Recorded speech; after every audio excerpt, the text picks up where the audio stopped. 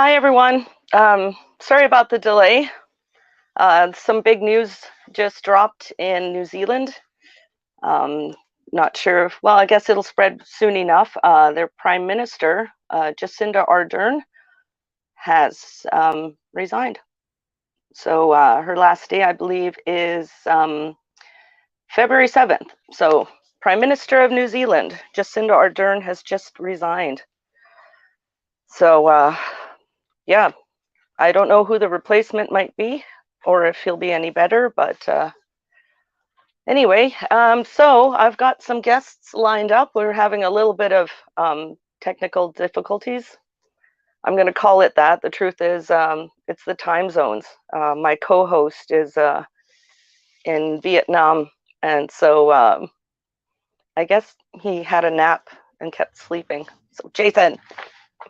So Jason Bainbridge, when he's available, I hope he will pop on and co-host with me. So anyway, welcome to the live stream. My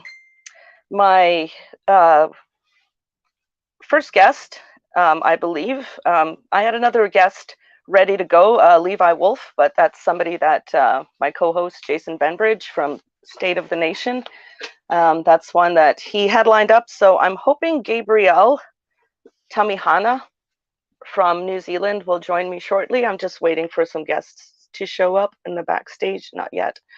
Okay, so it's an exciting time, I guess, for New Zealand. So we'll find out shortly in the next coming weeks as the news kind of spread.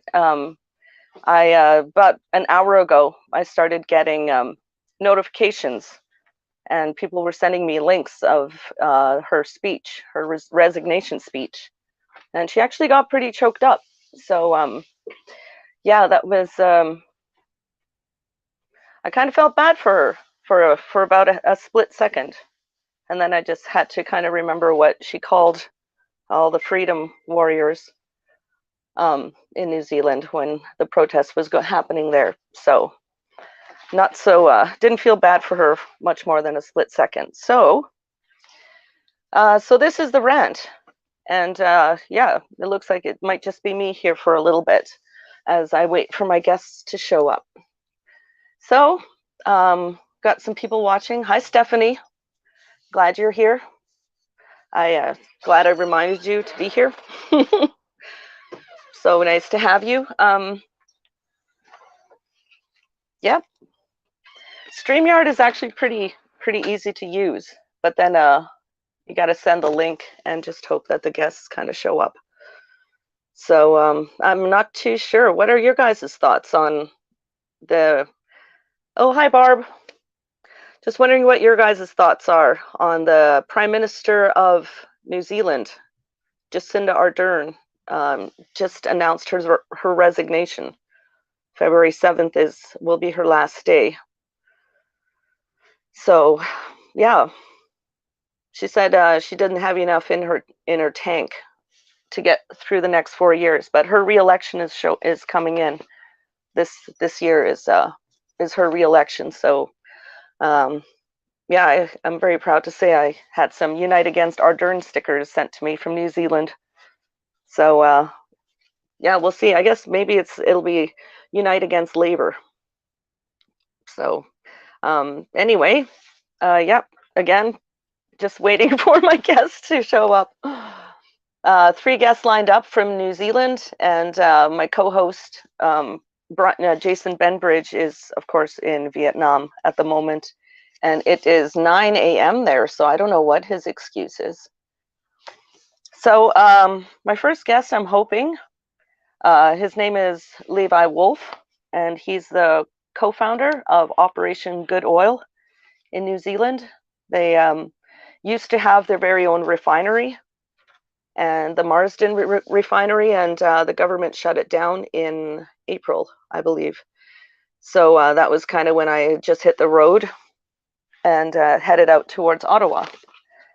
So Levi Wolf, co-founder of Operation Good Oil, he was also at the Freedom Village in Wellington during their protest when they occupied their parliament grounds. So I'm looking forward to speaking with him because he was one of the kitchen and food coordinators um, for the Northern Convoy that ended up in Wellington. I believe they had about 3 or 4 different kitchens. So my second guest, or if Jason doesn't wake up soon enough, I'm hoping Gabrielle. I sent her the link. Hi, Big Dice. I sent her the link, so hopefully she'll. I'm trying to get her to send it to the other guests too, just because Jason was kind of my squid, so his tentacles that were reaching out and making sure that that I had everything in line. So Gabrielle Tamihana will be my guest or my co-host, depending on, well, not co-host, but she is a phenomenal woman. She was at the Wellington protest as well, and she actually started a camp called Camp Revival in New Zealand, and it's a piece of land, I believe, that her family donated or is lending out for any freedom warrior to go camping and learn a little bit about sustainable living. So that's Gabrielle Tamihana. She will be my guest hopefully soon. I apologize for this, you guys. This is very last minute. I'm going to blame Jacinda Ardern because her announcement has everybody all up in an uproar. So, yeah, Gabrielle, I have some questions about her. I heard a rumor that she was able to unite a lot of the freedom groups there. So I'd like to know exactly like what her secret is to uniting people that don't normally, I don't know, maybe never spoke before. Maybe they're the opposite ends of the islands. Sorry.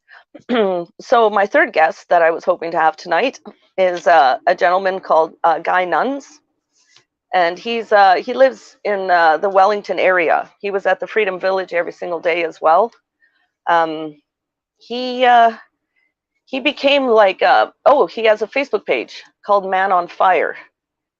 He did a lot of the speeches. He was there with a microphone and a giant speaker when the police line was in front, and then the protesters were all lined up, and he was the voice. He was trying to talk to the cops and try to help them find reason and help them to understand that that what they're doing is, they're pushing back on peaceful protesters, same as we had here in Canada, and taking away their freedom of speech, basically their freedom, the right to protest peacefully. So yeah, that's Guy Nuns, a citizen of Wellington, and he was at the Freedom Village pretty much every single day because he lives in the area. So yeah, apparently he gives good pep talks. So if nothing happens in the next couple of minutes, I might have to reschedule for tomorrow. I'll just get another poster whipped up. So yeah, I'm kind of. It was very, very sudden, the announcement that Jacinda Ardern was resigning. So I'm sure there's a lot of sharing of that information going on right now in the freedom groups, probably all over the world. Actually, it's probably gaining momentum. So I'm not too sure if she ended up in Davos. I think she went there, and then yeah, I'm not sure. You can't quote me on that one there. So any guests yet? Not yet. So anyway, I may as well chat with you guys in the comments in the meantime. So yeah, it's nice. I've got 5 people watching, 3 people chatting, and I just honestly, I wish that we could get a little bit of luck like that here in Canada. Just a sudden, you know, I know Christmas just passed, but it would have been a nice present for Christmas if we got a similar announcement. But wouldn't that mean that Chrystia Freeland, wouldn't she be in next because she's the deputy prime minister? So yeah, no, no, no big upgrade there, or even yeah, it's just all a little bit more of the same thing. So Yeah. Still no guests. Hope you guys like my background. All right. So, yeah, the one thing that I really wanted to talk to Gabriel about um, was, and it's something I definitely want to book or plan for another evening, another live, is that she's started Camp Revival in New Zealand. And it's a lot. It sounds like from the description I've been given, it sounds a lot like Camp Hope outside of Winnipeg that Walter Hebert kind of started. So I would love to get the two of them to sit down on a panel. So I'm hoping maybe I can make that happen. I reached out to Walter Hebert today, and I'm still waiting to hear back from him. But I think that would be absolutely fascinating to get the two of them together and talking. I mean, it's not opposite sides of the planet, but yeah, we have. Well, no, it very well. Yeah, I would love to get the two of them together. What makes Camp Revival and what makes Camp Hope similar and different? I know that Walter Hebert, I was lucky enough to be going through there with a Great Canadian Cruise um, in April. When we drove through there, we stopped at Walter Hebert's place, and he put us up for the night, and he fed us. And he took us to where he had just broken ground of Camp Hope. So that was just up the road. So we all went over there and took a look. He had nothing was it was still more or less frozen mud.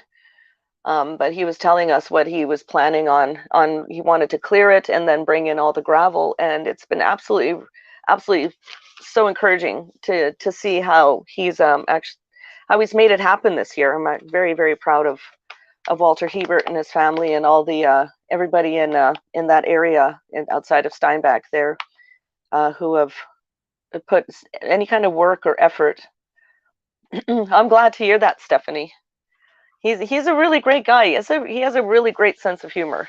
He's he's a godly man, and he has a really great sense of humor, and his family is lovely. And of course, you know, I'm a little bit biased because he's Mennonite. So as soon as I heard his accent, I right away asked him if he spoke Low German, and of course he did. So me and him were just like, actually, his whole family and I just right away started speaking Low German, which is a lot of fun to do because, yeah, it sounds fun, and German people can't understand us either. So yeah, it's a lot of fun. So yeah, it's looking to me like I might have to reschedule this. I'm really sorry, you guys. Yeah, I had an entire list of questions and really great things that I wanted to talk about. You know, maybe if I can get them all set up together, we can come back on live. But I'm still trying to process the fact that New Zealand doesn't like they won't have to worry about Jacinda for very much longer. That she actually has stepped down. I don't see Justin ever doing anything like that. He just seems to double down no matter what. Because if he did that now, like he would probably see it as, you know, honestly, he hates us protesters. He hates the truckers. He hates the whole movement so much. He would never never ever live it down if he stepped down like Jacinda did today. So um yeah, I don't see that happening, but in the meantime, uh oh, right. The Liberals want to surprise us with a spring election. I've seen the notification. I don't know how that's going to help him at all. Um, seeing as like I've never I think I voted conservative once, only once, and that was when I was first starting to vote. I think I voted the way my parents told me to, like a good daughter sometimes should. But I never ever voted conservative again. I was always honestly, I voted Justin Trudeau the first time, and then, you know, sad to say NDP. Well, I liked Jack Layton. I liked I liked him. Um, but no, I might even, well, I'd have to change my address officially to Ontario, which I'm in the works of doing. But I would have to, yeah, switch over my ID. But I would I would vote Conservative just to get Trudeau out. I would. 'Cause I don't know what other options there are. It's kind of like the same thing that happened in the States, you know, the liberals, or what do they call them? The Democrat Party. They hated Trump so much that well, there's always speculation whether or not they actually rigged the election. I mean, there's always that floating around. I'm not saying they did or they didn't, but yeah. Sorry. Oh, hello. Nice to see you here. Script is, yeah. I agree with you there, Big Dice. Um, oh, hi, Chris. Um, yeah, the Pierre Polyev. I like to think he's cut of the same cloth, but it really does seem like it's all more of the same. So it is like you don't know which head of the beast that you're, if it helps at all to even vote. Oh, thank you, Chris. It's nice to have you here. As I was just telling everybody before you came on, the Prime Minister of New Zealand resigned today. About an hour and a half ago, I got the notification, and it looks like her last day is, I believe, February 7th. She's not seeking re-election. She doesn't think she has the next 4 years in her. So she's stepping down to give the opportunity to somebody else. I'm hoping it's completely different for them, but it's probably more or less the same that we have here in Canada. You know, it's just different heads of the same beast. So, but yeah, it was big news. I had three guests lined up along with them with a co-host. My three guests all in New Zealand, and there's an 18-hour time difference. And then my co-host, Jason Bainbridge, is in Vietnam. So also a time difference. And for him, it looked he laid down honestly. And I'm just gonna tell you guys what happened. He said he needed a nap. So he has like a very, very unusual sleep pattern. So he he's laid down for a nap, and I believe he just zonked out. So I won't blame him, but I will have to reschedule my guests. But I wanted to come on live. I had to wait a few minutes just because I sent the link out like crazy. To my guests, I invited them right before I came on, and I'm just like sitting here waiting, looking at the bottom notification to see if anybody ends up backstage, and so far nobody has. So like I said, I am just going to go ahead and blame the Prime Minister of New Zealand, for soon to be former Prime Minister, for her big announcement just an hour and a half ago. It's got everybody in an uproar, and therefore I'm sure my guests are all just on the phone sharing the news. That would be big news to share. Suddenly, like, Happy New Year, I'm resigning. After all that, but I just had t-shirts made.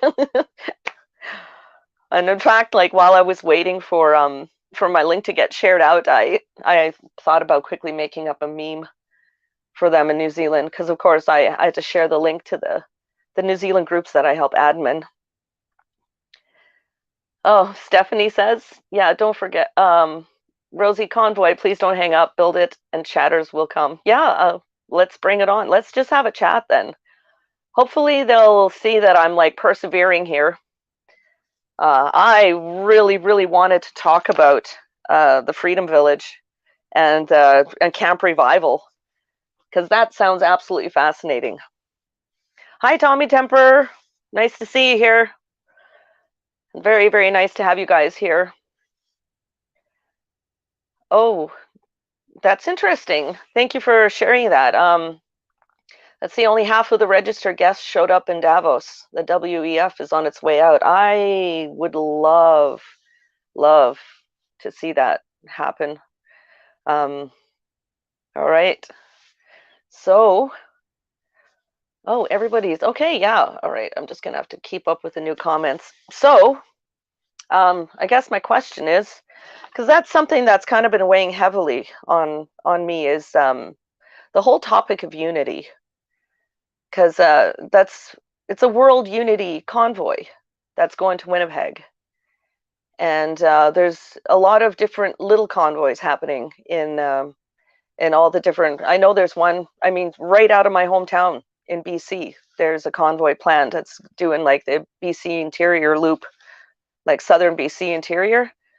So I'm very very excited that that's still happening in my hometown, because I know my friend Angelina, she'll be she'll be part of that. It was her birthday. That was how I woke up this time last year. She invited me along to go to a support rally for all the truckers that were in Ottawa, and she invited me out. I had no idea what I was gonna see that day, and it was one of the most beautiful things I've ever experienced in my hometown. And there was the way I've heard the convoy at Parliament, the way I've heard it described is just like it with the love and the unity was so thick that just it was palpable. Like it was just encompassed that whole area. There was so much love and so much Canadian pride and so much togetherness and acceptance, and like everybody was there for the same reason, or the same reasons, because it was more than just one. And then to experience just a little tiny bit of that in my hometown in Kelowna was absolutely amazing. It absolutely changed my life. Okay, Gabrielle. Oh, she's in the back. All right, I'm gonna add her. She was there for the same reason. Hello, Gabrielle. Welcome to the show. I'm so glad to see you here. Hi, Judy. Are you able to hear me properly? Can you hear me? You got to unmute your mic. Yeah, thank you for having me. You got it? I still can't hear you. Oh, unmute. Where do we go? So this is Gabrielle Tamihana. Let me know if I said that right. Let me see. I don't have you. Oh, hang on. There we go. Better? How's that? Is it working? Okay, why is it? Oh my goodness. Let me try this one more thing. Okay, try it now. Are we good? Hello? Can I hear you? Are we good? I can't hear you. Oh no, I can't hear you. Oh, bugger. So let me see. Edit mic settings. Okay, can you guys hear her? All right. I'm going. Oh, you guys can hear Judy her? and then I'll come back. Okay, you know what? Let's just wing it. Gabrielle? Tamihani. Tamihana. Sorry. Did I say that right? Yeah. Yes? Okay. All right. Yeah, I can't hear you at all, so this is going to be interesting, but I'm just going to go ahead. I'm just going to leave Judy and then I'll come back in. I'm going to just like not talk when your lips. Oops. Okay, you're leaving. Okay, you'll try this again. Hang on. Sorry, guys. All right, you guys heard her. We're up to 20 people watching. I think she's going to try to re-enter it. Hang on. What happened? Sorry, I just saw a comment here. Tommy, he needed a, hope you get well soon. Okay, we're going to try this again. Add to stream.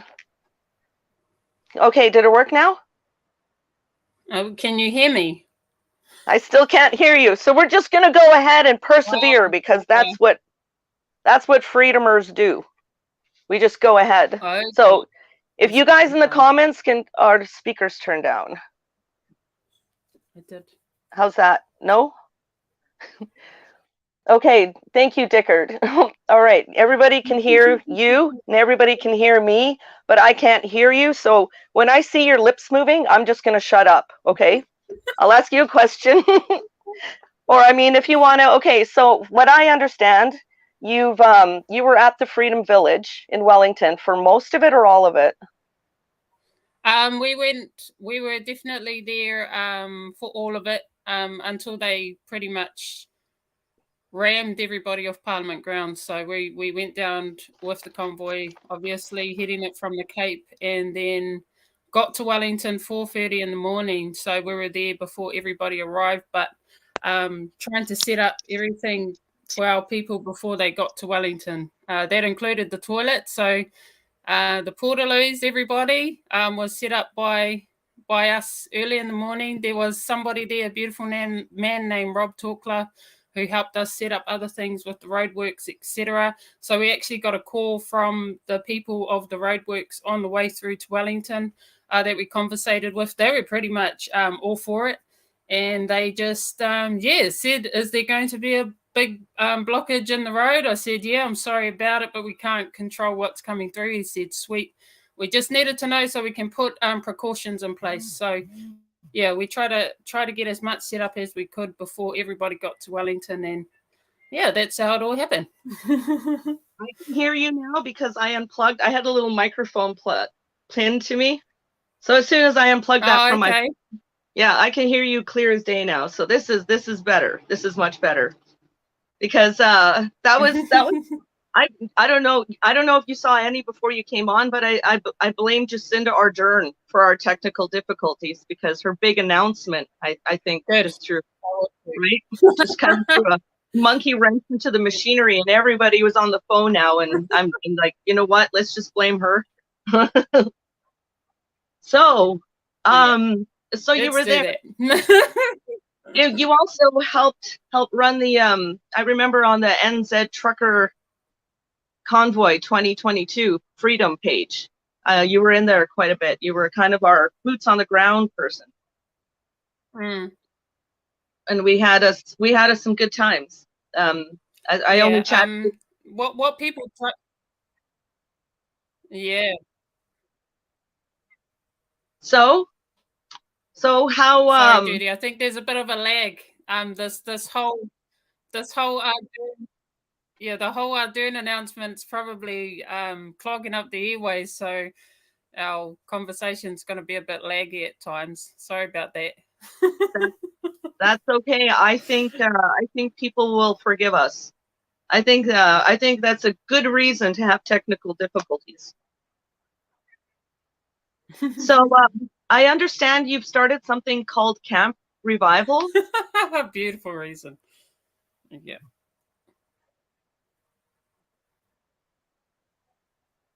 You've started Camp Revival. Is that yeah, we have. So after Wellington, we did do a few more missions. Going to Marsden Point was one of them. And Marsden Point. Yeah. So it all started from coming through to oh bugger, my internet is very laggy. It's do you want to try it? I don't know what. Oh, I just had Jason message me. Oh my goodness. Yeah, you better get your butt in here, Jason. He might be able to help figure that out. But yeah, let's yeah, he's only a half hour late, and he probably woke up and only just got the news, so we get to tease him a little bit. He's messaging me all his excuses, which I'm just dragging down to the bottom. I don't need your sorry excuses. Oh, I promised I was gonna give him an earful. Set your alarm next time. Yeah. Hello, Nina, Gina Lynn. Nice to see you guys. So is the leg still pretty bad? I think I can hear you properly now. Oh, good. So Camp Revival, is that your family's land, or how did I understand that? How was that land donated, or was it is it just being... That's what I was trying to get to. So we came through for the Marsden Point refinery issue way back way back in March and April, we were trying to alert people to the fact that our only refinery in New Zealand was being closed down. So we came through for that. We organised the move here, and we ended up after that. We ended up getting our own sort of lease on this land that we're at the moment. So we've been here since May of 2022, and because we have been busy all year round, we've been traveling a lot on the ground, protesting, bringing awareness to issues across the country. We haven't really had time to sit and plan and stabilize ourselves at camp, but now that I am nearly 7 months pregnant, we do have the opportunity, well, I do, to stay put for a little bit. Realize that I'm pregnant for one, so I have to settle and be able to bring our baby into this world safely. And in the meantime, we're going to be at Camp Revival. We still have people coming in and out, our freedom fighters. We invite everybody and anybody that needs a safe place to be for a time in their lives. And yeah, at the moment, we're just trying to stabilize and build and try to make it a more sustainable living area for us all. That's fantastic. That's fantastic. I'm really proud of you. That's wonderful to hear. So is it, how many people was the most you had there at one time? Oh, I would say we've had a few birthdays here. I think we had a lunch here. There's about 30 people. We Nice. we don't do drinking as such, and I'm not a big partier. We don't really have alcohol and stuff, but when we do, we just have lunches or dinners or invite people over just to share space. And the conversation is very, very intellectual and very, very interesting. So I love the people coming in and out, and it's just all worth it at the end of the day, giving up our normal lives that we used to live in 4 wars and in a rat race of a city called Auckland, coming out here to what is nature and beauty and earth, and learning to live sustainably again, because I lived like this when I was younger, but learning it again, water wise, learn how to use water efficiently, don't waste water. It's simple things like that I'm having to relearn, but it's all worth it, especially the times we're moving into. We need to learn to live more sustainably and appreciate everything that we have in general. Yeah, I agree 100%. Yeah, absolutely. So do you teach gardening there, or is it just something that most Kiwis kind of know? Yeah, I would love to say, Judy, that I'm a big gardener, but I really am not. There are a lot of things that I am good at, but gardening is not one. But I'm very, very lucky to have people in my life.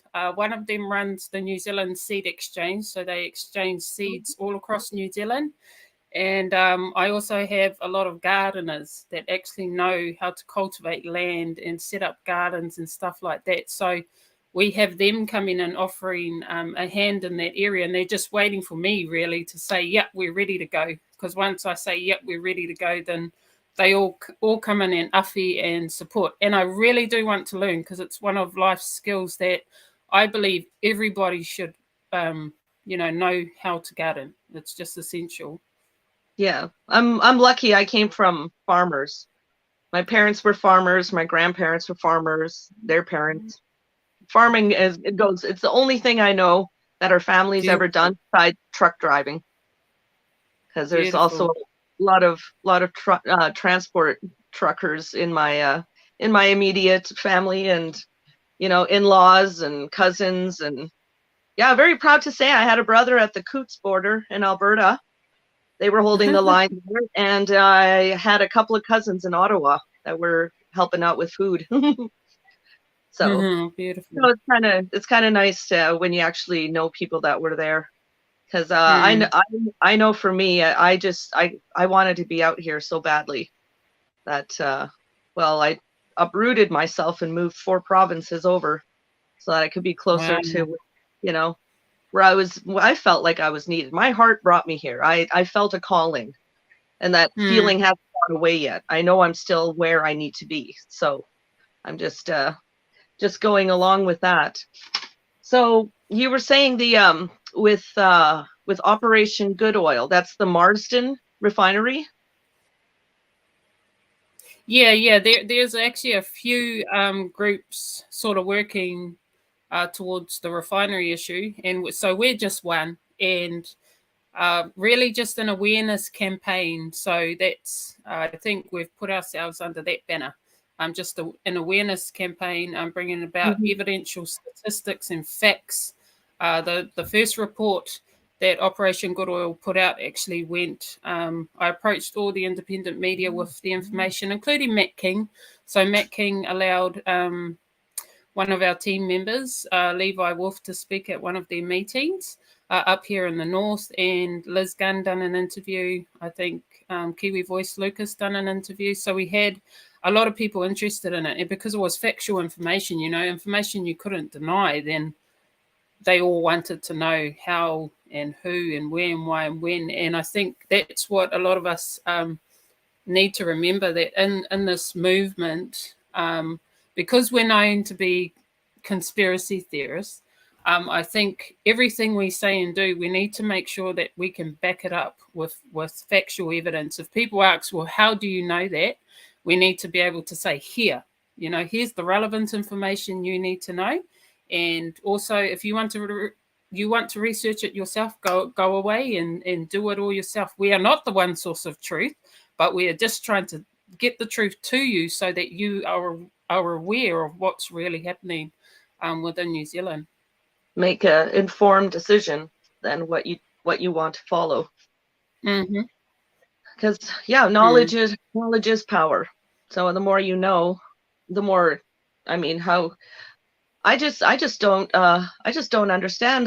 But I guess it is just like the fight against climate change, that they shut the refinery down in the first place, or they said it wasn't profitable. Yeah. That's what it was, right? It wasn't making enough money.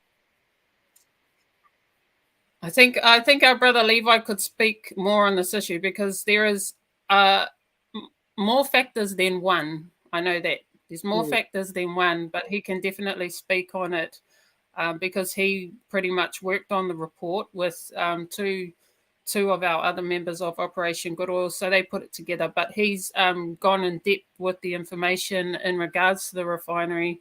And when he comes on, I think he's going to be on soon, maybe. He can definitely speak on that side of things on behalf of us, because I don't want to come across with contradicting information and get it wrong. Especially after you just finished saying that it's best to have all the information that you can back up. So why would you go and just say something that you can't back up? Yes. So no, I absolutely. So I just want to say hi, it's G. Nice to see you here. Everybody, I'm really grateful to everybody who's watching right now, who's been sticking around through all the technical difficulties, aka Jacinda Ardern resigning. Oh, I would love that if it happened. But when you know who's next in line here, our Deputy Prime Minister, she's rotten to the core too. So it wouldn't do much good if Justin resigned. It would just be more of, pardon the expressions, same shit, different pile. So yeah, pretty much. We've got a saying here that we say same bird, different wing. So even if National gets in the general election for 2023, it doesn't matter. They all serve the same master. And I do have evidence for that, but it might take you a few days, or, it's taken me 8 years to get through to that sort of conclusion. So, but we definitely know that no matter who gets in power, we're still going to be, under a tyrannical government. Yeah. You kind of wish it wasn't like that, but it's just the way it is. It's just the way it is. So your National Party is the equivalent of our Conservative, or because I know you have the Labour Party, and it's the same as the Liberal, more or less, right? No. Yeah. Trying to learn the similarities between our big parties that we have. So I heard a rumor that you were able to unite quite a few of the freedom groups and get them to work together. Is that true? Is that just a rumor? For the original convoy, what I'd like to say to everybody out there is there was an administration team behind it, facilitators that came together, more than one person. There was, if I can remember, 20 plus of us at the time that came together in some sort of administration role to make the original convoy happen. So as much as people say that it was organic, we, some of us put our heart and soul into bringing about some form of unity to make the original convoy happen. Obviously, it came from Canada, and it spread across the world, and we knew that we had to be a part of it. And for me personally, it was getting the confirmation from God that I needed to move, and I needed to get my bum in there and help any which way I can to make it possible for our people to be able to combine and unite with everyone around the world. So it was a big moment for all of us. And yeah, at that time, I was responsible for ringing around and asking all the leaders of the different groups in the freedom movement if they could come on board and support. And I must say, even with the people on the bridges, driving through from Cape Reinga to Mercer itself, we saw hundreds of people out on the bridges coming through Auckland, and it was just the most beautiful thing I'd ever seen. Nothing can top that in my entire life. And that was thanks to VFF. And I really do want to put a shout out to them for making that happen, because they were working in conjunction with us. And it was because of those ladies that put the call out to their crews, to whoever couldn't make it to Wellington. Please get on the bridges. Please get out your signs. Please support them as they come through. And that's exactly what they did. And it was just amazing. But also, it was nice to watch from Canada too, because that's when I kind of jumped onto the convoy. Was 6 days after ours got to Ottawa. You guys had yours planned, and I was watching it. It just popped up on my Facebook live feed, and I started watching it, and it was very, very exciting time to be a Kiwi, I'm sure. It looks like we have Jason and Levi in this. All right, so I'll leave you on for now so you can say hi to Jason. All right. Hi, Jason. He's on mute. Look at him. Oh my goodness. Hang on. Can you hear me now? Hang on. There we go. Unmute. Hang on. Oh my goodness. Hang on. Oh my. It's on my end here. Hang on. There we go. Can you hear me now? Oops. No, now there we go. There. Can we hear you now? So you can hear me, but can we hear you? Do you want to say something? Jason? Oh, yeah. No, No, I can't. I can't hear you. So this is same that happened before. And then I unplugged my thing on my microphone. So Jason, I don't know why we can't hear you. Because it doesn't show that you're muted. Yeah, it's not showing that you're muted. So, and Levi is still in the back. So should I bring Levi in? Sure, let's just have some fun. Hi, Levi. Hey, how you doing? Can you hear me? Oh, I can hear you clearly. It seems like Jason's the only one whose microphone is still sleeping. Yeah, Jason tends to have a lot of technical difficulties. Tonight we're blaming it on the resignation announcement of Prime Minister Jacinda Ardern. So we're just blaming all technical difficulties on the excitement and probably anyone except for you, Judy. All the cheering, right? So we have Gabriel Tamihana as a guest here, and I'm really, really grateful for you. You can stick around as long as you want here, and I just want to introduce Levi Wolf. Did I say that right? That's correct, yes. Okay, and you are a co-founder of Operation Good Oil in New Zealand? Yes. I'm hoping you can explain a little bit about why exactly the only refinery in New Zealand was shut down in April. So if you want to start there. Well, the official reasoning is from the company, which is profit. So they said they were running at a loss. And on the surface they were, but once we started to dig into it, we've sort of found a lot of other things that tend to indicate that it's part of a bigger agenda. So, the carbon zero agenda, the road to carbon zero 2050, we've got the 2030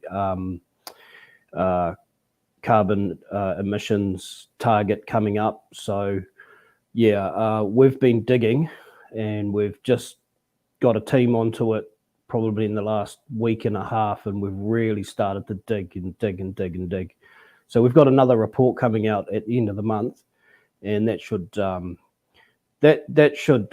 sorry, I'm just going to turn my headphone down. I'm getting a bit of feedback there. Yeah, that should shed quite a bit of light on the on this green carbon neutral agenda. So it appears that a lot of it has got to do with that. So it's not just that it wasn't making a profit. There's a whole bunch of things. Would you like to come back on the show, like when you get that report at the end of the month? Yeah, absolutely. Yeah, absolutely. So we will be releasing the report, as I say, at the end of the month, and then we're anticipating that there's going to be a lot of questions asked.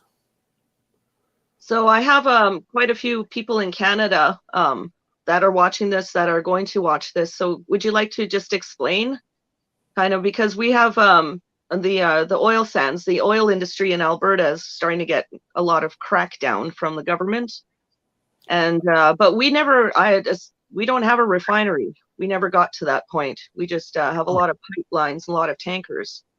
Wow. So in New Zealand, you guys actually had a refinery up until April. How long was the refinery there for? So the plans and the construction of the refinery started in New Zealand in the 60s. And then in the 1980s, they upgraded it. So it was initially a huge amount of taxpayer money and resources were put into the refinery. It was, I think, sorry, top of my head, give me 1 second. There was a huge amount of taxpayer money and resources put into the building of the refinery, and in the 1980s we put in the taxpayer put in about 2 billion New Zealand dollars to upgrade it, which back in the 1980s was just an unheard of amount of money. And sorry, $1.84 billion in 1980 to 1986, and then subsequently the money that the taxpayers had put in was then basically just written off, and the refinery was signed over to private interests for $1 or something stupid like that. And then in 1st of April 2022, they closed it down. Now, the official reasoning was because the company wasn't making any money, or the refining company wasn't, because of smaller margins. Now, that obviously was a no-brainer because we'd just gone through 2 years of COVID lockdowns and people weren't driving their vehicles. And then on top of that, they had taken the bitumen production out of the plant, which was worth about $100 million per annum. So it really did put a case down on paper that, this thing's a loss maker, we're going downhill. But it was all just pantomime. It was just ridiculous nonsense because, anybody with half a brain in the head would have said, well, people are going to start driving their cars again. The margins are going to pick back up. And so what we've really found is that, as I say, it's not got nothing to do with money at all. It's more to do with an agenda. And it's an agenda that's worldwide. It's global, for those countries that have signed up to it at least. And it's in full play here. And we personally believe at Operation Good Oil that it's going to bring financial hardship and harm to the people in New Zealand, because we did need that refinery for our diesel production. 67% of our diesel came out of that refinery. So now that refinery's gone, we're wholly reliant on tanker ships coming from Southeast Asia. We've got tankers coming in from Singapore and South Korea. That's where the bulk of our fuel's coming from. If we get an interruption in that supply chain, then that's going to affect food production and food transportation. So that's our main concern, is the diesel. So I mean, who cares about the car? You can literally get an electric scooter or something, or get an electric car to zip around them. But when you've got to move huge amounts of freight across the country, and farmers need diesel tomorrow to harvest and plant their crops, diesel's not a negotiable product. I was just corrected. Looks like Canada, we had plenty of refineries. But it was said in past tense. So I'm going to have to look into that, because I don't know. It said had, because it wouldn't make sense, because I mean we have so much here, but yeah. I would say it's a global agenda that's playing out, across the world, specifically with the countries that have signed up to this Kyoto Protocol, to the Paris Accord, the carbon zero agenda. They are closing refineries down. There's no doubt about it. They've turned Singapore and South Korea into super refineries. So the oil companies have trying to condense all of their production into two main areas, and it's all just a stupid game on paper, because at the end of the day, they're not saving any carbon production. One of the things we'll be releasing in the report is actually the amount of added carbon that is going to be produced by shipping, and it's huge in comparison. Right. And what did you say, the bitumen? And for your road tops, right? All of our roads in New Zealand are made out of bitumen. So it's a tar. It's like a tar that is left over from the refining process. Once they've got all the fuel oils out, you're left with this glug, and that glug they turn into a number of things. But one of the things they turn it into is a road surfacing product called bitumen. So without bitumen, we're starting to get potholes in our roads. We're getting cheap, nasty bitumen that's not made to a good quality coming in from China. The Marsden Point refinery here in New Zealand was in the top 10% of refineries in the world. It used to make incredibly good products, and it's just criminal what's been done, and all in the name of carbon zero. I don't think so, and we will be demonstrating in our report that it's impossible for them to reduce carbon emissions by shutting our refinery down and shipping it from the other side of the world. It's just impossible. They've actually added carbon emissions. So then ipso facto, one needs to then draw the logical conclusion that their next step is to get rid of fuel-powered vehicles or oil-powered vehicles. So they're forcing the agenda before they've got the replacement, and that's the stupid thing, because nobody in Operation Good Oil is adverse to alternative forms of energy. If you've got a good alternative form of energy, then go for it, But the fact of the matter is that it's not there. It's just not there at the moment. And, this is what I would call these kind of moves are, from the government perspective, they're virtue signaling and they're pontificating, but they're dangerous. And from the oil company's perspective, well, heck, they stand to make a lot more money, because if you can create scarcity, then you can create bigger profits. Yeah, it's very obvious when you can actually take a step back and when it just use your common sense, and it's so in your face, and it doesn't make any sense. So now you've got a substandard product on your roads. I've been kind of following the stories with the firefighters, and I watched a video from a couple of weeks ago. A fire truck broken down on the side of the road. The potholes are so bad they couldn't even get to the fire, because their vehicles aren't being maintained either. And it just seems like one thing after another. It's one thing to say, and this is what we've found, and this is why we're on the particular track that we're on at the moment, because it's one thing for us to go, oh, that doesn't make any sense. That's common sense dictates you wouldn't do something like that. But then you get this big, massive army of like university educated eggheads they come out and go, oh, well, actually, you're not looking at it properly because we've got this data and we've got that data, we've got these facts and we've got this, and on it goes. And before you know it, you're weaving through a whole spaghetti mess of reports and justifications and scientific sort of analysis.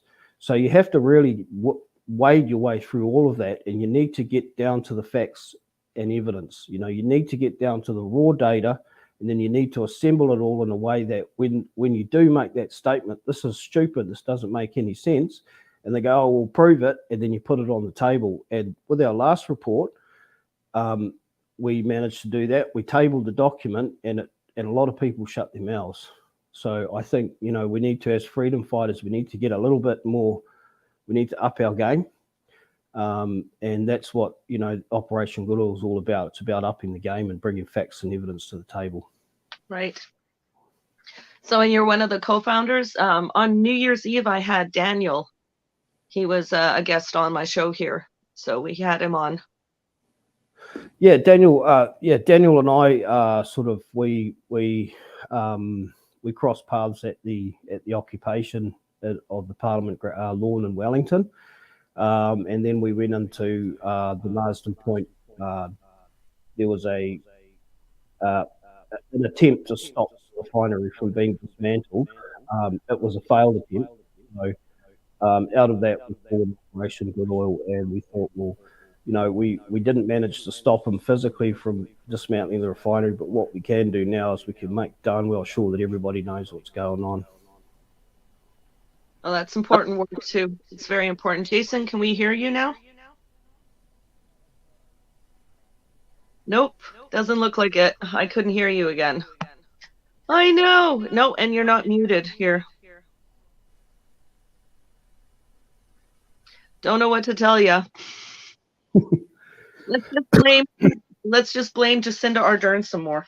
Oh, it's all her fault. Absolutely. It's all her fault. It's all all the technical difficulties are just the excited world sharing it. That's why she'll be on a plane to Antarctica. Right. Yeah, she's jumping. So tell me, Levi, you were at the Freedom Village in Wellington, right? Correct. I understand you were kitchen and food coordinator for one of the kitchens in Wellington. Yeah, well, when the convoy first began, I was sort of just mulling about at home thinking, what a terrible state our country's in. We'd just gone through lockdowns. We'd gone through mandates with this experimental genetic level therapy that they were calling a vaccine. And I was like, this is all just nuts. It's all crazy. And then this convoy thing popped up. And I saw somebody asking for volunteers for food coordinators. So I sort of jumped on there, and next minute my kind of involvement in it grew, because I've got a transport company here in Auckland, New Zealand, and we do have a few trucks. And I thought, well, look, this is something I can put my hand to. So I volunteered to helping with the food. And before I knew it, I was in the convoy and picking up food all the way.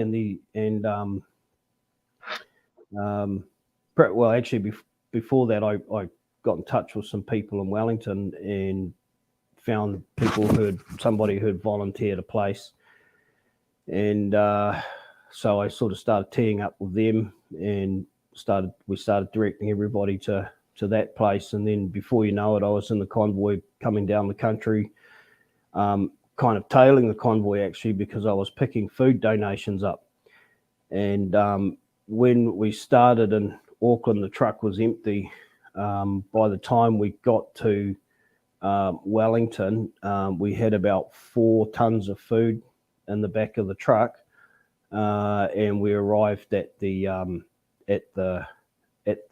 kitchen kind of / forward operating base, and that there was probably about 6 tons of food that had already been donated into that place. So we sort of kicked the whole thing off with about, I work in tons because, it's all about loading trucks to me, but we probably kicked the whole thing off with about 10 tons of food.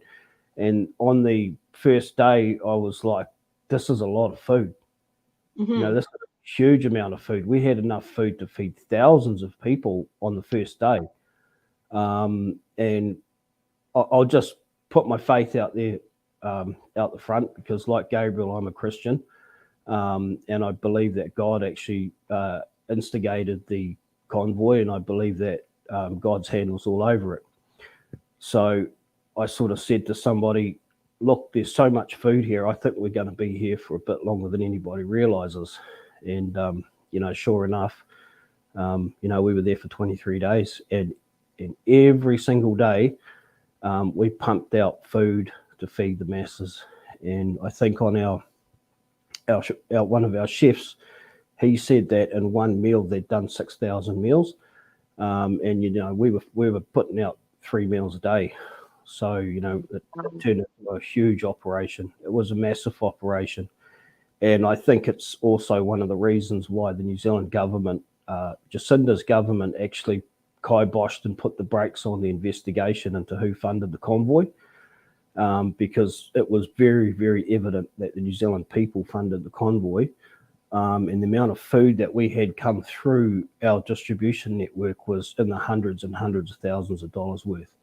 So, there was easily, by the time you take into account all of the other things that weren't food, it was, for that 23 days, it was well in excess of $1 million New Zealand dollars was poured into that place.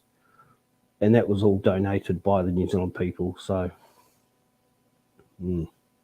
yeah, what a great time that was. That was fun, an awesome time, and just like the Canadian convoy, it really just revived everybody that was there, that was a part of it, just revived our spirits, and that's the springboard that we'll carry on from. And we know now, they know. You push us, and I think Canadians, New Zealanders are very similar. We're not quick to get riled up, but when we do, watch out. That's what I've noticed. The similarities between Canadians and Kiwis is absolutely the don't push us too far, because if you do, you're going to find out right quick. Yeah, it's a bit we're different to like your United States Americans, where they like the first instance of anything, it's quick, load up the AR-15, we're gonna go and take someone out. We're more sort of well, that's not a nice thing to do, that's not a nice thing to do, that's not a nice thing to do, right, that's it, I've had enough, right? Yeah. Now I'm not sorry anymore. I'm not saying sorry anymore. Okay, I just have to address here. Wanda, I see your comment. I don't know if you want to be a moderator. I'm not too sure or who to make into. Oh, and hear that too. Okay, if anybody on this chat wants to be a moderator, I've got somebody in the back here too. I think Jason is backstage again. Yes, he is. Let's see if it works this time. All right, Jason. Hello. Yay! As you can see, I've got my normal background of my room, and I've had to abandon my wireless camera, so I'm now just going directly through my phone. So I don't know what happened. I had a really, really, really terrible evening last night with our Husky pack, and created all sorts of terrible dramas, and I actually didn't even get any sleep until like 6:30 this morning. And that was only 2.5 hours ago. So I apologize. I apologize for my tardiness and my lateness. And I am definitely exporting 9 Huskies hopefully by the end of this weekend. We are definitely they're too big now, and there's too many of them. And they were really cute and fluffy when they first came out. Just get a dog, they said. Just get a dog. So I'm here, and everything's kind of semi-working. So let's excellent. Carry on. Give a quick shout out to Mrs. T, Vic BC. Thank you so much for jumping in. And Jeff from New Zealand. Jeff Hayter from the Good Memories of Wellington Facebook page. He's in the group chat too, or I mean the comments here. So Thank you everybody who's jumped in. If anybody wants to be a mod and wants to help me out, just feel free to. Oh, yes. Hey Jason, do you know where the links are to your channels and everything? There's some people that wouldn't mind. If we can't do it this time, we'll do it next time. I'll make sure I'm a little more organized. I'll have the links to your channel, Jason, and Sure, also I'll carry on the conversation with Mr. Levi here, and I will drop those into our chat box. Okay. Yes, please. Yeah, go ahead, do that. And because I still have Levi was only just getting into like the glory that were the kitchens and the amazing food you guys managed to get together, and that I like to say it was like Canadians helping Canadians, but here Kiwis helping Kiwis. And what did you say? It was 6,000 meals, and then 3 times a day. Is that what I understood here? Yeah, that's the only sort of time that we tried to sort of quantify what was happening. Our chef, who was we were lucky to have a couple of professional chefs who jumped on with huge amount of experience, and he sort of figured out that we'd done 6,000 meals in one serving. So multiply that times three times, and then that was in sort of the first about week of the occupation, and then after the first week, other kitchens opened up. So we had a group called One Whānau with a chap called Papa Honi. He's on Facebook. I watched his lives. He was one of my favorite. He was one of my favorite people to watch when he went live. He's such a jolly guy, and then he had that crazy hat, and then his dreadlock kind of peeking out the top, and so they turned up on the second day. On the second week. They turned up around the second week, and they set a kitchen up, and then we had another chap who set a barbecue kitchen up down the bottom of the Parliament grounds, and then we had the Hare Krishna set a kitchen up. So you can imagine the amount of food that was being churned through on a daily basis. It was massive. I'm friends with David Hosking. Which kitchen was he helping out in? Well, he was doing a lot of stuff for the team in our kitchen. It was commonly known as Food HQ. Okay. So as I understand it, he was working with Jason at the time, and Jason was raising money for his network, and David was the New Zealand sort of point of contact for that. And he did a lot of stuff with the Food HQ. I'm pretty sure he helped other people out around the place as well. I think he had to go and went and got more tents, I think, because he was posting photos along with all the receipts to show that the money from the donations was going straight back and forth. So it was very much a case of people were just helping out wherever the help was needed. There was no real official kind of structure of anything. It was just, this is how the cards have fallen. Let's pour all our resources into this place, and who needs something, And if you needed something, it's like, hey, I need something, and it'd be like, go and see so and so. They've got some donations, or what have you. So it was great. Yeah, it was actually quite unexpected, because I'd never designed the group for anything like that, and we'd not even prepared for people to be asking around, who do we send money to? Who do we send money to? I'm like, oh, I don't know. So, and David Hosking was very graphic, very transparent, and shooting live videos and going through and detailing things. And I was like, that guy seems pretty reliable.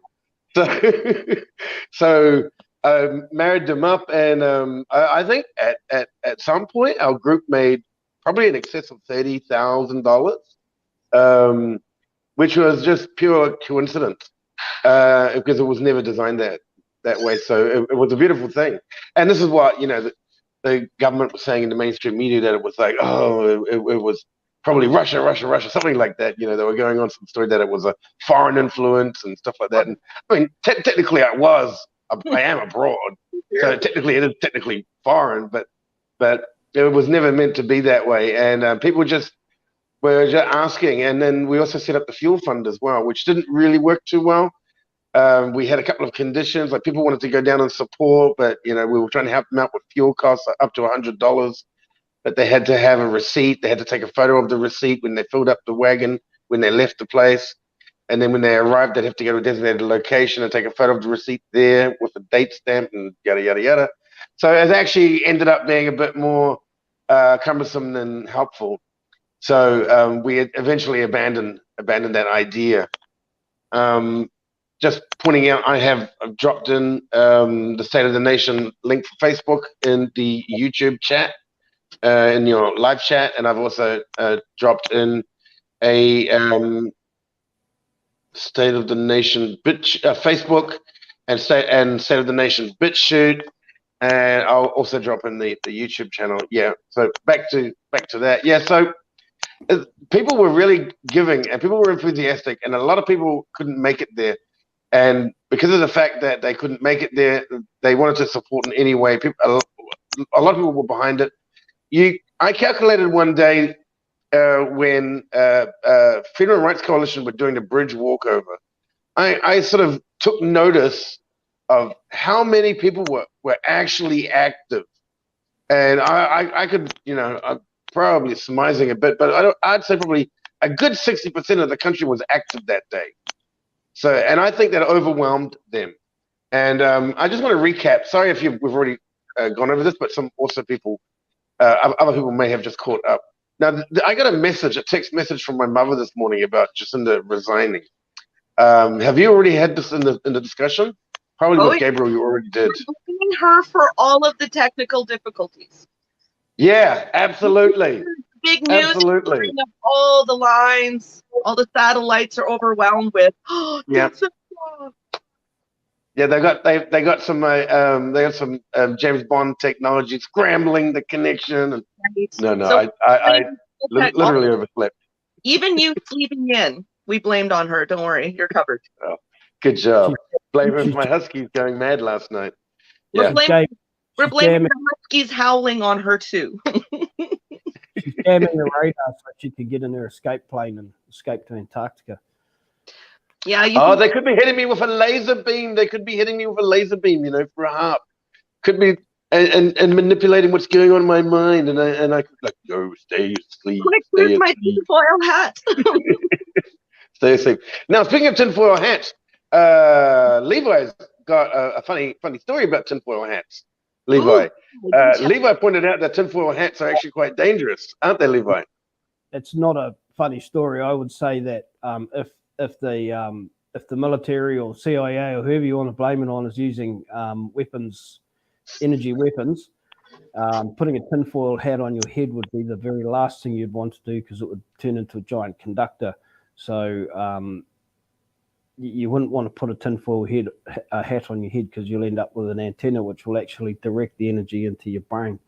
So, it's probably some misinformation that's put out there so that the people who don't think very hard would go, because there were literally people walking around with tinfoil on their head, thinking it was going to help them with like energy weapons and things. And I was like, you better take that off your head, because if they are using an energy weapon, it's going to direct it and concentrate it into your cranial cavity. So you'd be better to take that off your head and take your shoes off and ground your feet, so that you don't have rubber between your feet and the earth. So what if you line the tinfoil hat with rubber? Well, yeah, that might work, but I don't see any reason why you would want to put tinfoil on your head, because if there's any kind of radio waves or anything like that, it's just going to act as a giant conductor. That's a very, very good point. I believe the solution is to wear a Chinese wok on your head. Oh. No, it's to hold the wok up and face it at the energy weapon, so that as the beams come in, they get deflected back at them. All right. There you go. That's the solution now, everybody. So what you need is either a frying pan or a good old Chinese style wok, and you got to make sure that it's positioned to such a degree that when that particle beam hits you, it goes straight back. And believe it or to not, the source. believe it or not, if they're using a long-range acoustic device, an LRAD, which they were using, it's proven that they were there. We've got photos of them on the grounds, and we know they were using them in Australia. Possibly, I haven't seen anything come out of Canada, but they were definitely using LRADs down at. They were there. Yep. Believe it or not, because that puts out an acoustic sound wave. Believe it or not, a wok will actually work as a defense against it. Okay. There you go. 5,000 years of history, finally comes to the party. It's useful that these guys know what they're talking about. If you look at a satellite dish, right, it's just a giant wok with an antenna in the middle of it. Mm. That's right. Essentially, that's all it is. So we've solved that problem. Yeah. Now, Levi, can I ask you about the two reports? The first report that you've made and the second report coming up. Now, you've gone through the report. I don't believe you've talked about the report yet. Hopefully, you haven't. Am I okay with this line of questioning, Rosie? Have you talked about this? We did a little bit, but the second report is coming out at the end of the month, and I've already invited him back to talk about it then. But you guys go ahead. All right, beautiful. Can you give us a bit of a spoiler on what might potentially be in the report? Okay, so since the closure of the refinery on April 1st, 2022, we have switched over to an import-only model, which includes basically shipping of all of our refined fuel products now. So we've tracked every single tanker ship which has come into New Zealand. We are currently in the process of working out which ones most definitely are fuel ships and which ones are not. So that's a little bit of very tedious groundwork and homework that needs to be put into it. So that'll give us like a bit of a potential capacities type scenario of how it's actually tracking in terms of our historic consumption, our capacities, our capacity to store product on site, and how much has come over the border. So we'll start to get a bit of an idea of how many ships this is going to require and how many ships have come in, and it'll give us a very rough idea of what kind of situation we are in terms of are we about to run out of fuel? Because there's been a lot of hype about we're running out of fuel and things like that. So we need to get down to some real facts and evidence, and because they're keeping it a national security secret as to how much fuel we are holding on shore. We thought, well, let's do some digging and let's see who's lying, and let's see if we can catch them out if they are lying. If they're not lying, well, good. That's fantastic. If we have got the reserves on shore, then that's awesome. That's something that we need to also say, well, there's a high probability that we're okay, or there's a high probability that we're not okay. But we can only ever get into probabilities or something like that without having the official data. So that's one thing we'll be looking at, but also from the ship tracking, we'll be able to draw a carbon creation data. So we know how much a tanker ship uses per kilometre. We can have a look at, I think we tracked from the 1st of April 2022 up until the 9th of January of this year. I think we tracked 165 fuel tankers had come across our border. A number of them have done multiple trips. I haven't got the exact figures in front of me, but we've got hundreds of shipments going back and forward between New Zealand and Southeast Asia. So the whole claim that they made that we're going to be saving carbon by shutting the refinery down as opposed to 35 crude oil shipments every year, it's just a straight-faced lie. They've indeed made carbon creation worse by doing this. They say, oh, well, that's okay because we're offsetting it. Well, they're offsetting it in Singapore, but as you know, Jason, those centres might be carbon credit trading hubs, but the amount of fraud and skullduggery that goes on in that realm is, in real terms, in real practical terms, in the real world, they've made the carbon output worse by doing this. I totally agree with that. I totally agree. I mean, how can you justify capping CO2 and oil for a carbon zero policy when you've tripled, quadrupled the amount of traffic in your ocean, in your local ocean, and those big ships put out a lot of stuff comes out of those ships, including waste and coming out of the engine. Well, bunker oil, burning bunker oil is incredibly dirty. It's not just CO2 that we want to worry about. It's actually a lot of other stuff that, there's sulfur and there's, carbon monoxide and there's soots, all kinds of nonsense comes out of the pipes, out of the funnels on those ships. So you can't tell me this is an environmental issue. So that's one of the things we hope to put on the table in terms of facts and evidence. We'll also be tabling our investigations into the breadcrumbs and the trail of legislation, which leads from the New Zealand Parliament up into places like WEF, the UN, amongst other places. And we've found what I label it's a conspiracy of legislation. The 1st of April 2022, April Fool's Day, that was a significant date that we found repeated over and over again in legislation. April Fool's Day. Yeah. That's the day that they closed the refinery here in New Zealand. Wonder if it was really a joke. Now, when it comes to offsetting carbons, I mean, that's offsetting carbons. That's an oxymoron because, Maurice Strong, they call him the father of global warming. He set up this whole global carbon credits trading system, and he lives in China. And I don't know if a lot of people are aware of how this system works.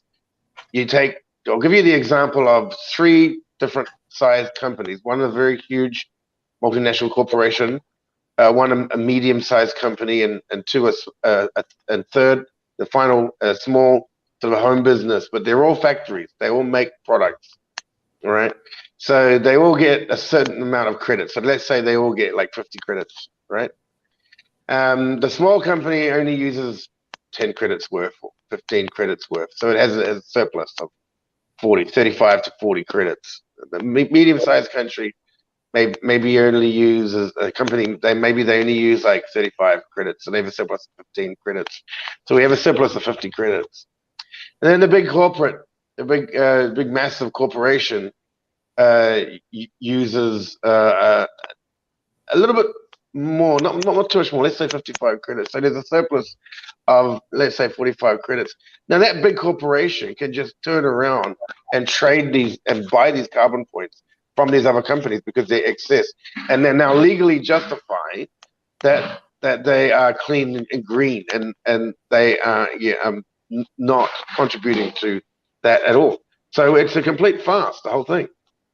And that's what they've done. The oil companies have moved that fast up into giant super refining areas, where they are refining huge amounts of fuel and shipping it all over the world. And it makes more sense for them because they make more profit. It's all controlled by artificial intelligence, including the shipping. So from the oil company's perspective, of course it's better for them. It's way better for them to condense it all down into a couple of areas and just distribute it from there. But in terms of a country's perspective, in terms of safety and security of supply, safe food security, it's not good to have a 10,000 kilometer long supply line. It just isn't. It doesn't make any sense from a security point of view. No, so it doesn't. We've been lied to, yeah, and that's what we need to put out on the table: facts and evidence that the New Zealand people have been lied to. There are people on one side of the scale that have an agenda and it's a political agenda, and there are people on the other side of the scale that have a financial agenda. And between the two of those groups and the paradigm between those groups and the New Zealand people have lost out here. And there's a very high likelihood that in the coming future that it could cause significant harm to the people of New Zealand. Well, it's the amount of damage that's come out of this particular government of New Zealand. The amount of damage has just been record-breaking, seriously record-breaking, and I'm still surprised that some of the normies can't see through it.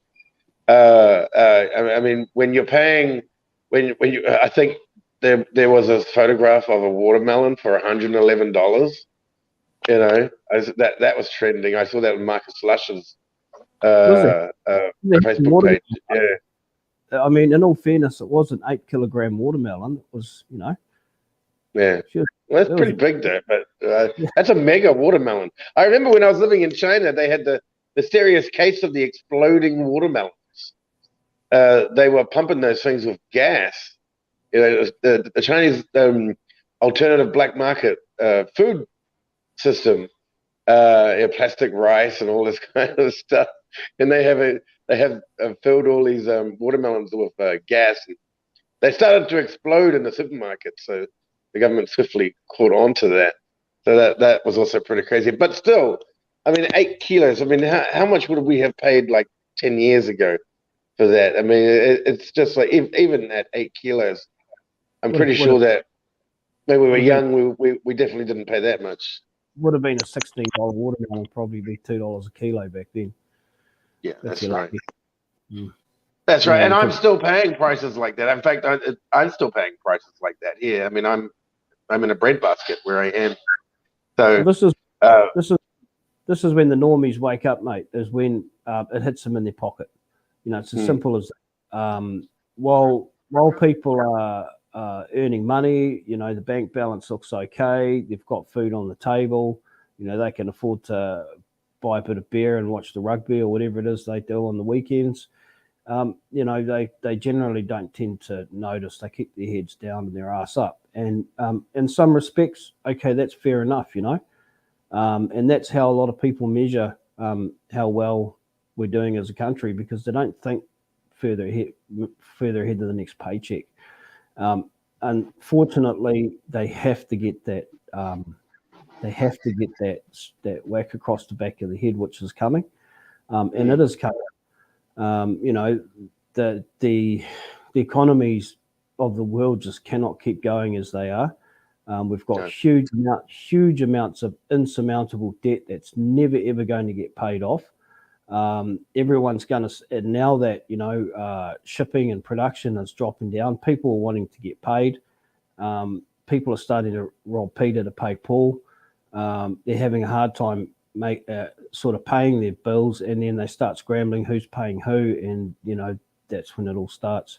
And I wouldn't be surprised that, you know, with the fuel excise tax increase that we're going to, New Zealand, for the Canadian watchers, when they shut the refinery down here in the 1st of April last year, the price of gas was skyrocketing. So in order for the government to keep people's eyes off the refinery, they put a temporary reduction in fuel excise tax. So they took 25 cents a litre off petrol, and they took about 30 cents a kilometre off our road user charges, which are charged on diesel. So that sort of brought the price of fuel back down to a kind of a, you know, an amount where people wouldn't actually start looking at it, because, you know, if it had gone up over $3 New Zealand dollars a litre, people would have started jumping up and down and saying, what's going on here? And they would have looked at the refinery. So what they did was they put a temporary reduction on excise tax. That comes off at the end of this month. So at the end of this month, we've got this temporary reduction coming back on to the fuel prices, which is going to push the cost of fuel up. And then we've got, you know, the issues that are happening in Europe and things like that, which are all starting to push the cost of fuel up from the super refineries as well. Our prediction in our last report was that 2023 would see 91 octane petrol in New Zealand at prices in excess of $4 a litre, 4 Kiwi dollars a litre. So I think that we were pretty much on the money with that. Yeah. I think that that's where we're headed with our falling dollar. Oil reserves at an all-time low around the place. People scrambling for energy left, right, and centre. It's going to come on this year, and I wouldn't be surprised if the Derns jump ship early to avoid having to deal with the consequences of their actions. Yeah, I think that a lot, because you can see the pattern. You can see the pattern all over the world in politics. People are exiting their positions. The key people who were involved in very nefarious activities that really hurt their country. And it started with, I think, you see the Rothschilds, Evelyn de Rothschilds, who runs the Rothschilds cartel in China, has died. You've got the likes of Nancy Pelosi, who's out as Speaker of the House. They've rolled her. So and then you've got a few more. Jacinda resigning and people running away. That's essentially what they're doing. So I'm when I saw the text from my mother, like she's resigning, I was like, well, should I yay or is she just being rolled over, repealed, and replaced by just another WEF puppet and start fresh again? But the problem is that we've gone so far down the track that the next person we're even going to be even more critical of. Yeah. My saying is beware of false victories. Absolutely. Absolutely. I won't be popping open the champagne anytime soon because I believe that it is a strategic retreat more than anything else. It is absolutely a strategic retreat. So I wouldn't say that she's been under pressure. She's probably been ordered to leave, and they are lining up somebody else. So what are the outcomes going to be? Just real quick. I know we already covered this, but just for race. Who's the next horse? Yeah, exactly. Exactly. Little Jacinda joke there. So she's just come out and, like she said not long ago, a few months ago, she said that, she's absolutely going to continue as the leader of Labour. Now she's going to continue. Now she's going to quit. So she's definitely done an about face. But then again, politicians never tell the truth anyway. So what do you think is going to take place now that she said that she's resigning? Do we have a timeline or anything like that? February. She's February 7th, she said. I think February 7th. Yeah. And then she's no longer prime minister. Yeah. Or is she just not running anymore? So they're looking for somebody to vote in from the Labour Party. So they're looking for someone with 2/3 support. If they get 2/3 support, then they're the next leader. If not, then they're going to have to put it out there to the wider caucus or whatever they do. Yeah. Would this be a snap election? Could this turn into a snap election? No. I mean, it could. But no, there's no indication of that. Mm. Yeah. How does that work? How does a prime minister just decide to quit and then somebody in her own party gets the position? It doesn't make any sense. Yeah, well, she wasn't voted in as prime minister because we don't vote for prime minister. No, you vote for the party, right? You vote for the party here, yeah, and she should still be the member of parliament for her electorate. So it's really just a case of who's leading the party that has the majority. All right. Well, who do you think? Who are you picking? What do you think? Don't try and be an oracle. We're not going to hold you to it. But who do you think? What do you think might play out? As I say, I personally think she's jumping. She's running. She's running from what's about to transpire this year because 2023 is going to be a bloodbath. We've got the war in Ukraine. It's going very, very badly for them. Russia has signaled that it's about to be a false flag event there. Who knows whether she's trying before that happens. We've got all sorts of things that are on the cards for this year. The financial collapse is, it's got to be inevitable. If you're a believer in conspiracy theories, which I do believe that there are some conspiracies that are going on out there, Absolutely. in the realms of the economy. This year is a very significant year for the bankers, being the 50th Jubilee since the Israelites entered the land. So that's huge. And if we look at every time the monetary system has changed, it's happened on specific dates. And this year is, as I say, the 70th Jubilee, I think. So it's a hugely significant date for them on the calendar. So we could be looking at the central bank digital currencies are going to be issued, and this is my personal belief. If I'm going to make a prediction here now, that this year is the year that they're going to try to attempt to change the monetary system and issue central bank digital currencies. I believe it's 2023 is when it's going to happen. And we're also 7 years until 2030, so that's a significant number as well. Well, yeah, being superstitious as the global elite are into gematria, and numbers and all that. Like I was thinking about this last night. I was actually talking to Raven Dark last night, Rosie's partner. So, and we were talking about this sort of concept, and I was thinking of the example of, let's go to maybe Peru or is it the Incas, right? The Incas have, Incas, right? Peru. The Mayans the Mayans here, the Mayans. So the Mayans. So Mayans are in Mexico. The Incas were in Peru. Okay, the Incas. So anyway, Mayans, Incans, they all did the same thing. They did human sacrifice, right? So, and Mel Gibson portrayed that perfectly in his film, Apocalypto. I know that was like that was a horror. Like it was very well done, but oh man, that was a brutal movie. So the ruling elite would have had knowledge of seasonal. They would have had this knowledge. They would have known that there would be a solar eclipse and all that, and they would have definitely played it to their advantage, right? Because the general masses were not educated; they had no idea about planetary cycles and that sort of thing. But clearly, we have evidence in the past that they did know. Ancient civilizations did know about planetary cycles and all that. So the elite can very easily, if you have that knowledge, like knowledge is power. I said that earlier.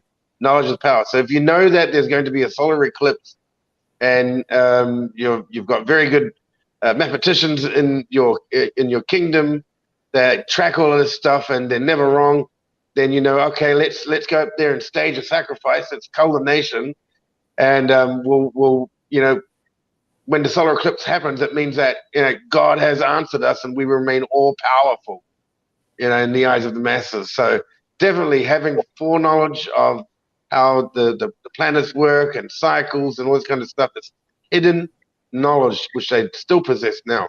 So who knows what they know about, and we still believe is well, not what we think it is, at least. And so I was thinking about that like that. So very easy to manipulate the people. In my study, looking into it, that all the significant monetary events and also the World War events, mind you, have coincided in 740 and 80-year cycles. People have actually done like deep studies onto this and laid it all out and put the data out there. So you've got 740 and 80-year cycles. Now, whether that's coincidental or whether that's manufactured, that's entirely up to you to decide.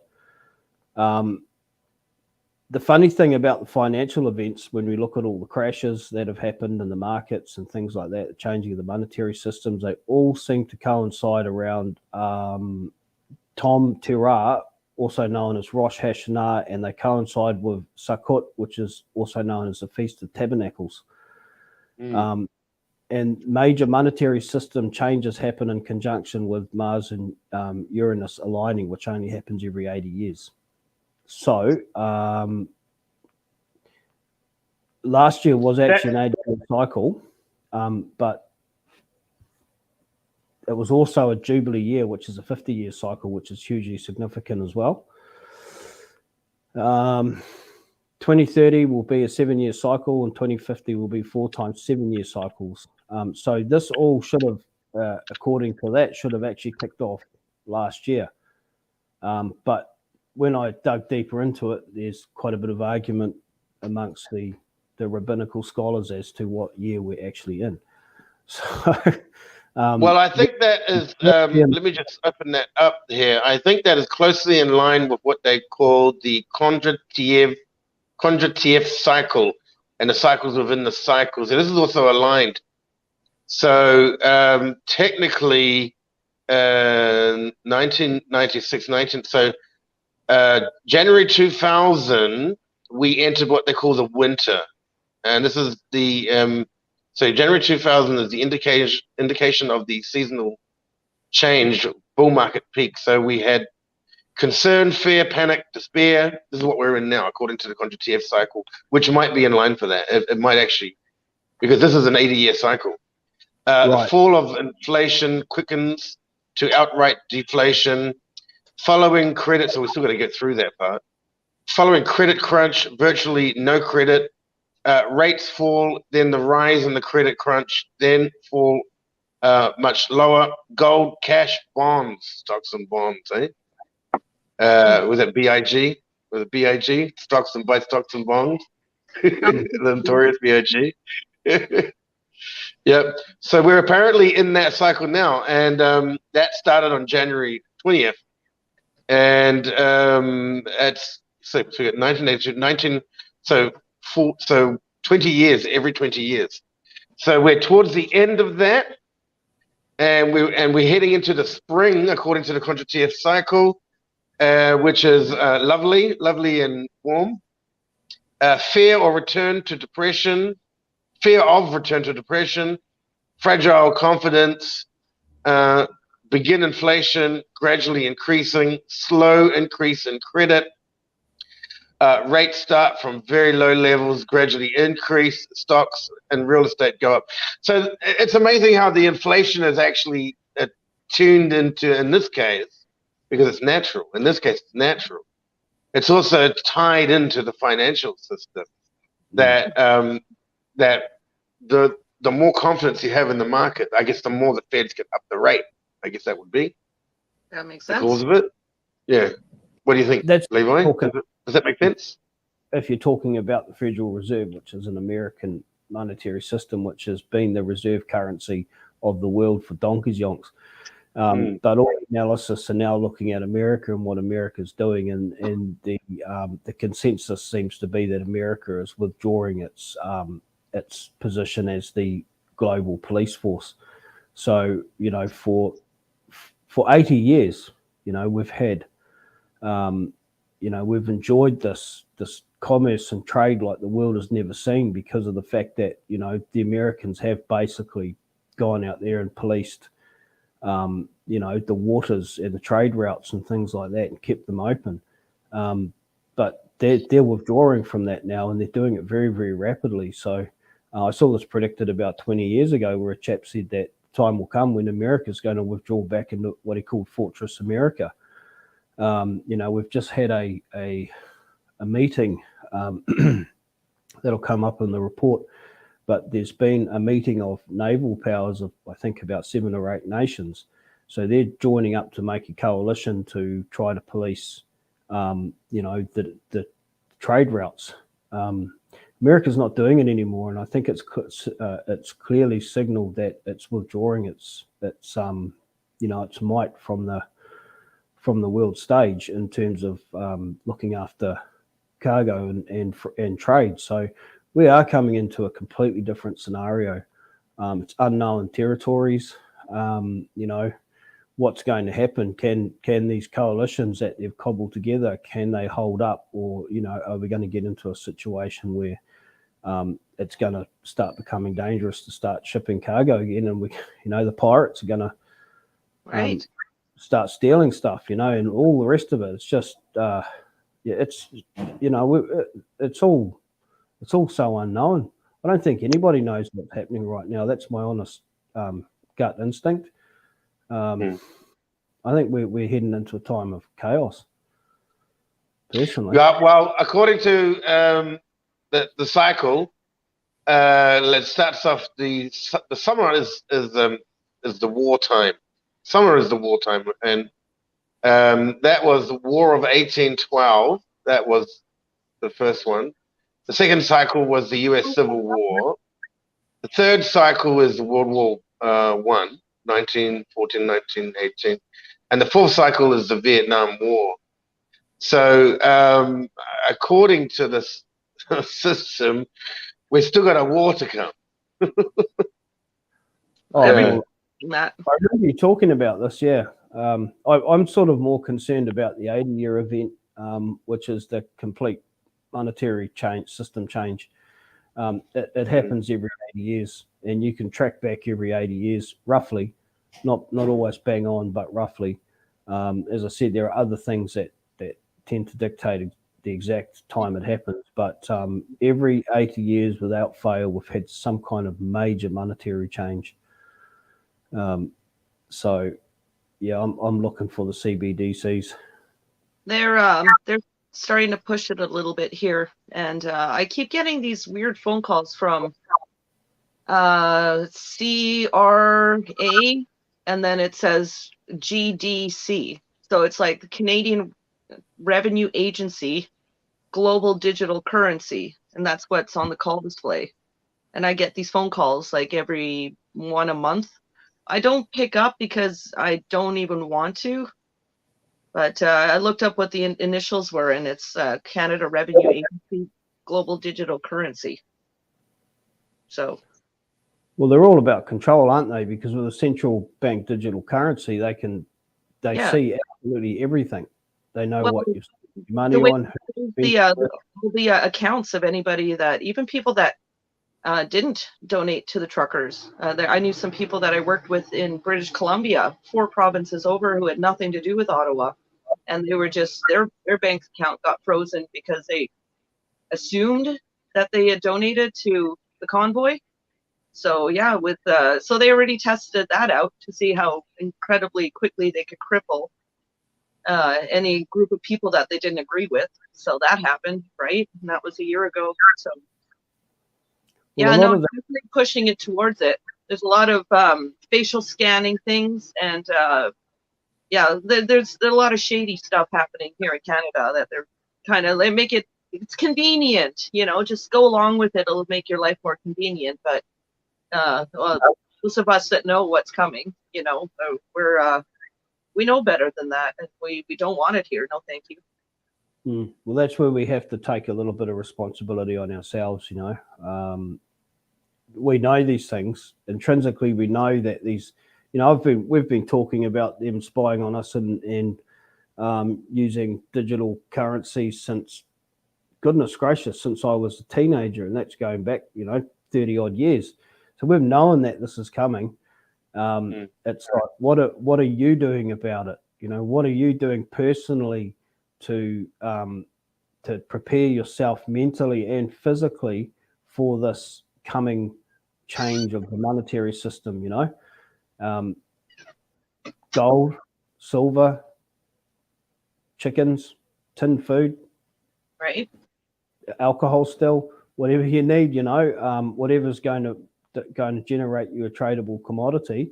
And my personal gut instinct is that it's not going to work how they want it to work. I really don't think it's going to roll out the gate and just start working tomorrow. I think that they're going to have to borrow a lot from the crypto space. There's a lot of people who are getting quite smart about purchasing up certain crypto assets because the banks are going to need them. The banks are not ready. They're not ready, and we've seen this with the closure of our refinery. That actually happened before it was planned.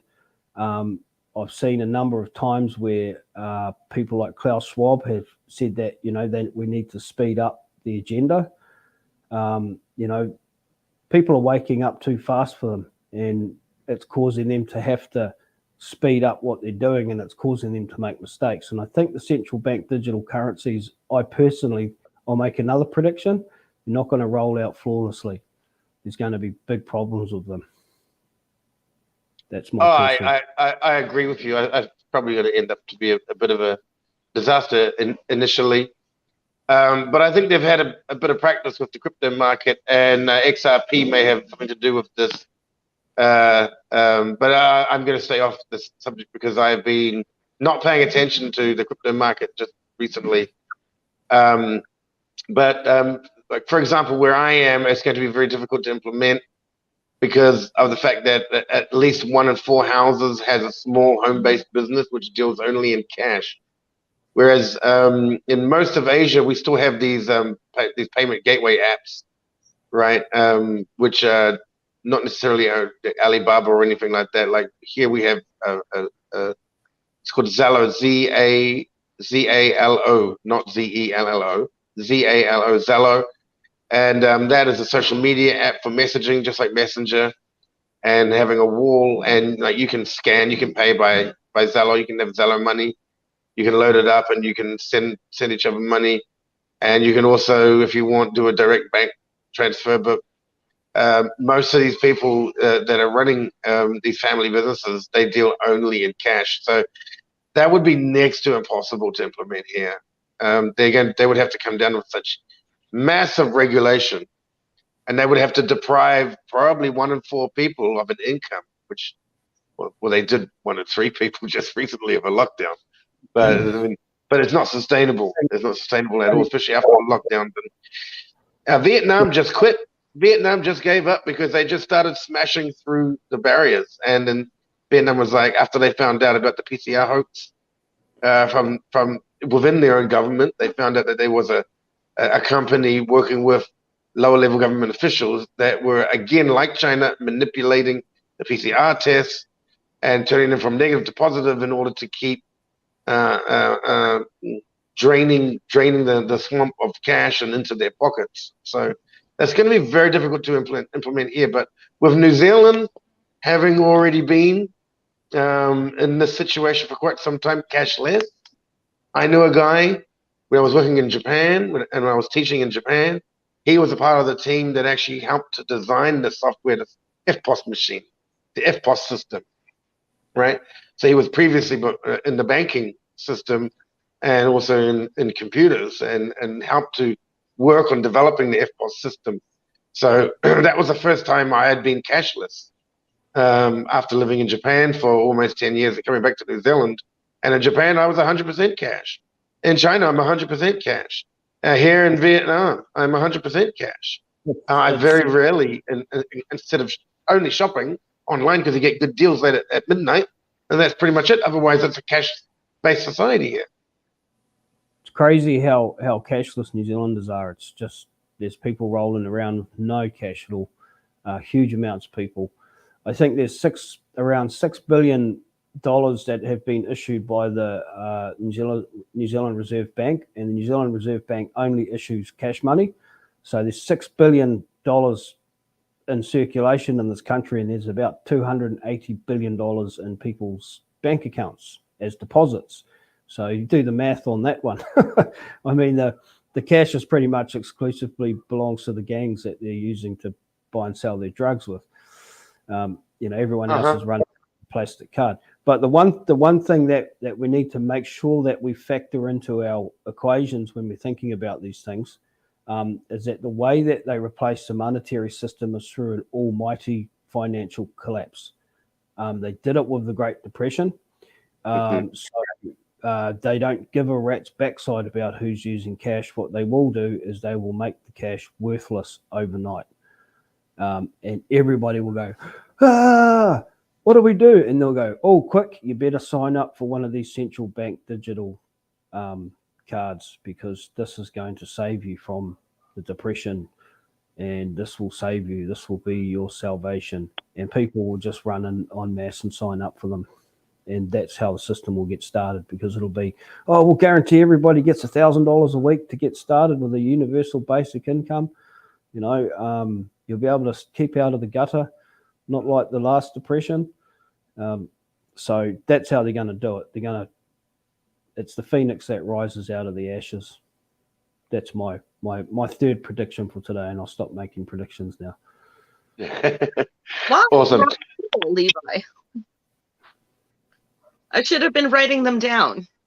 Oh yeah, well, you've got it videoed, so you can go back and see. It's streaming live, so we'll go back and scribe it out. I guess right about now, members of Voices for Freedom are patting themselves on their back, because I think for the past, well, since at least the end of Camp Freedom in Wellington, they've been focusing solely on preparation for food and gardening and that sort of thing. Because I remember at some point they were trying to get talked into supporting Operation Goodwill, and they did in principle, but they were more concerned about preparing people for food supply. So they've also come off on top in this one. There are two, like Operation Goodwill and Voices for Freedom, have really done their best to prepare people for what was coming. So the next thing to do now is to try and look at not a prediction, but if New Zealand continues on this path with the fuel business, the fuel situation, how difficult will it be to teach people how to convert their vehicles into alternative fuels? Oh, it'll be hugely difficult, mate. Really, the only kind of oil powered vehicle that is of any value in a situation where you've got shortages is a diesel powered vehicle, and it would have to be of a certain age. So, you know, anything that was sort of made post, I don't know, 2000, early 2000s would be problematic if you were trying to convert it to other fuels. Anything made pre-2000 diesel, fantastic. They're great machines. You can just about pour anything oil into them and they will run. I mean, I met a guy a couple of days ago that had just driven up to where I was on some used engine oil, you know, so these things, I mean, he had to change his filter 3 times and all sorts, but it ran, you know. You can run older diesels on just about anything oil. They're fantastic. So that's a good start. In terms of, you know, practicality of other alternative fuels, I can't really think of too many other things that would be like practically viable tomorrow. Diesel, yes, because we've got crap tons of used engine oil, used hydraulic oil, used transmission oils, we've got used cooking oils, we've got new cooking oils. All of these things will run a diesel. Get your hands on a little bit of diesel, mix them in. If you want to get fancy, you can get fancy and, you know, start taking the coagulants out of the vegetable oils, things like that, you know. Glycerine, I think they call it, something like that. You can drop them out, start running on vegetable oils. My vision would be for people to be growing sunflowers and extracting the oil out of sunflower seeds, because, you know, sunflowers grow in all manner of climates and in all manner of soil conditions. You can get quite a good yield out of just about any soil condition. So, you know, I think sunflower oil is great. That'd be good for diesels. I mean, there's all sorts of, you know, Kiwis are fantastically ingenious when it comes to things like this. So, Number 8 technology. Yeah, there's people working on. I mean, I saw a guy just yesterday, a guy called Marty from a YouTube channel. He helped his mate out, and they built a water wheel generator out of an old washing machine, you know, and that thing was, you had that thing pumping out nearly a kilowatt of energy just from a stream, you know. So there's all manner of things we can do. But to be honest with you, the people that don't have a practical bone in their body, they don't actually have a practical way of thinking about things. So even if you try to explain something to you, they just don't see it.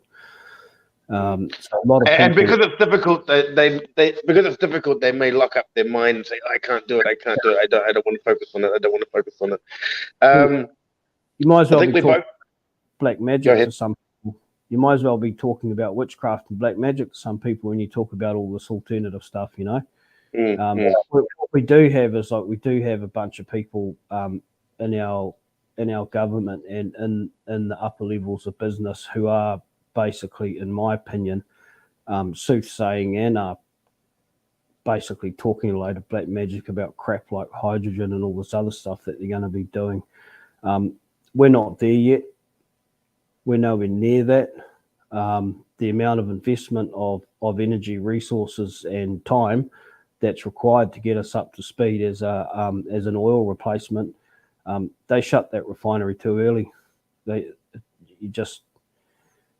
It's too early, you know. That place should have been open for another 10 years. Well, how about just never closed down, just fixed and maintained forever and ever? Well, and until, of course, I mean, because I understand the whole idea that technology is going to change. Again, I'm going back to my discussion last night with Raven, that we have no choice. We're never going to stand still. Life will always be changing, and technology will always be improving. And if you go back and look at old vehicles from as early as 1900s, you know, they actually had a range of electric vehicles. They had electric taxis where you would go in and the driver would go in and it would be this gigantic battery, you know, and they would just replace the battery inside the engine, and then would get back out to work and taxi. So they have taxis, they had electric scooters, they had all of this stuff already. So none of this technology is new, this Tesla technology, except for the AI side of it. But the actual electric side of it is completely not even new. It's so old, and and it begs the question, you know, as to why. I mean, we could always say, oh, right, so we could say that the market was dominated by the oil barons, and they killed the electric car future, you know, the Jetson future, the Jetson-based future of going to space, because we're supposed to be in space by now. We're supposed to be having a base on the moon. We're supposed to be already traveling between Mars, and, you know, according to the future that we had when we were a kid, we were supposed to already be space age. So eventually we'll get to that point if we can get through that barrier up there, as Hillary Clinton calls it, the glass dome. Boom, boom. So as soon as I can get through that, you know, we're supposed to be in the future. So, of course, I accept the fact that we're going to change and transition from different energies and that sort of thing. But the problem is here, we're not dealing with the energy being the problem. We're dealing with cartels being the problem of dominating the markets. And to me, it's also about control, because, you know, they know that they know, and we can see when we look at the data, we look at the information, we can see that there is no replacement for our current fleet. So there's no way that they can replace our current fleet of vehicles with electric vehicles tomorrow. That's not going to happen. Okay, that's a sheer impossibility. So then the next question we need to ask ourselves, if that's the case, and they are actually starting to deprecate oil, they're starting to deprecate oil production, then and the governments and the big companies are divesting from oil. Why are they doing that when there's no replacement available? Then we have to logically look at it and say, well, they don't want everybody to have a car. It's as simple as that. They don't want you to have a vehicle. And so the next round of crap that's going to come out is, oh, guess what? We've just found out that it's quite environmentally destructive to make electric vehicles, so we're going to cap the amount of people who are allowed to own them. So then it'll be only those with a license to own an electric vehicle will have the privilege of having an electric vehicle. So what's going to happen to the rest of us? Well, enter Agenda 2021. You've all got to go live in the city in a little high-rise apartment, or live crammed up, next to your neighbour, like in chicken coops, and you take public transport to work, and you live in a 15-minute city. So, Yeah, that's right. And a bit of a what is it? I Am Robot. Is it I Am Robot? Was it that movie, or was it Minority Report, where the actor is? I think it was I Am Robot, where the actor is jumping around on an electric vehicle, which is scaling a building. Yeah. Oh no, that wasn't iRobot. I don't know what movie it was. Have been Minority Report, because iRobot, I love that movie, and he was in a free room and he was hands free, but then the two robot, then he had to drive manually and drive crazy, but he never scaled a vehicle. But right. So and that would be their preferred choice of transport, something which is on like a monorail system, and having complex networks, and I think that is it. There's that movement of a resource-based economy. I can't remember if the French guy made it, and they're looking at designs like that. It's very much a case of faking it till they make it. They've got their overall plan, they've got their overall strategy, and it's got to the point now where they're like, oh, we'll stuff the finer details, we'll work them out as we go, and they've already set the ball in motion. The ball is rolling. This is going to happen, and that's what people need to prepare themselves for, that they have set the agenda in play, and come hell or high water, they're going to have their new world order. So if people are preparing themselves for that, then they're doing well. I hear that in New Zealand they're starting to come down on natural products. Is that what I understand? Oh yeah, Yes. Crazy. And, yeah, they're cracking down on Canadian farmers too. There's environmental protection police now that can come onto a farm without a warrant and basically shut down any machine that they think is causing environmental harm. And it actually started this summer. There were a few farms that we heard of, but they went on and to test the water, but they were in full hazmat suits, and like some of them were in full uniform, but they were armed. Environmental protection police with guns, holsters. Yeah, that's just that's off the wall, mate. That's off the wall. I tell you, the idea of that, personally, I think, is to deprive you of organic, natural nutrients, to get you addicted and hooked what they already have on the pharmaceutical business, which is all petroleum based anyway, which is really wacky, because they said we're going to go to zero carbon policy, but the problem is that all of their supplements and natural supplements, herbal supplements, are literally consist of rocks and petroleum, right? Yeah. So there's that, and it's like they don't want you to have anything to do with the natural world. Right. Yeah. Because I guess they're planning to put our offspring into these little pods and just plug us into the matrix and just use us as energy. It's also about local production and supply as well. They want to hobnail you by destroying your ability to sustain your own country, your own society. So they don't want you to be able to locally produce and supply product. That's why they shut certain, that only in certain countries will they shut down certain like means of production, because they're gonna get it all produced in that country, and then all of those countries all have to rely on that source over there.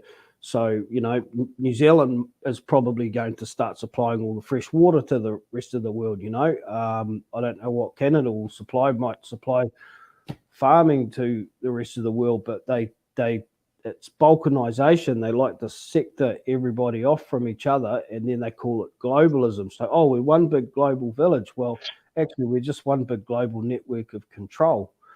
New Zealand doesn't make just anything anymore. The only thing I can think that we still make is beef and dairy and lamb, but they're starting to come down on that as well, because I'm suspecting that China's got huge beef production and lamb production facilities that are just about ready to come online.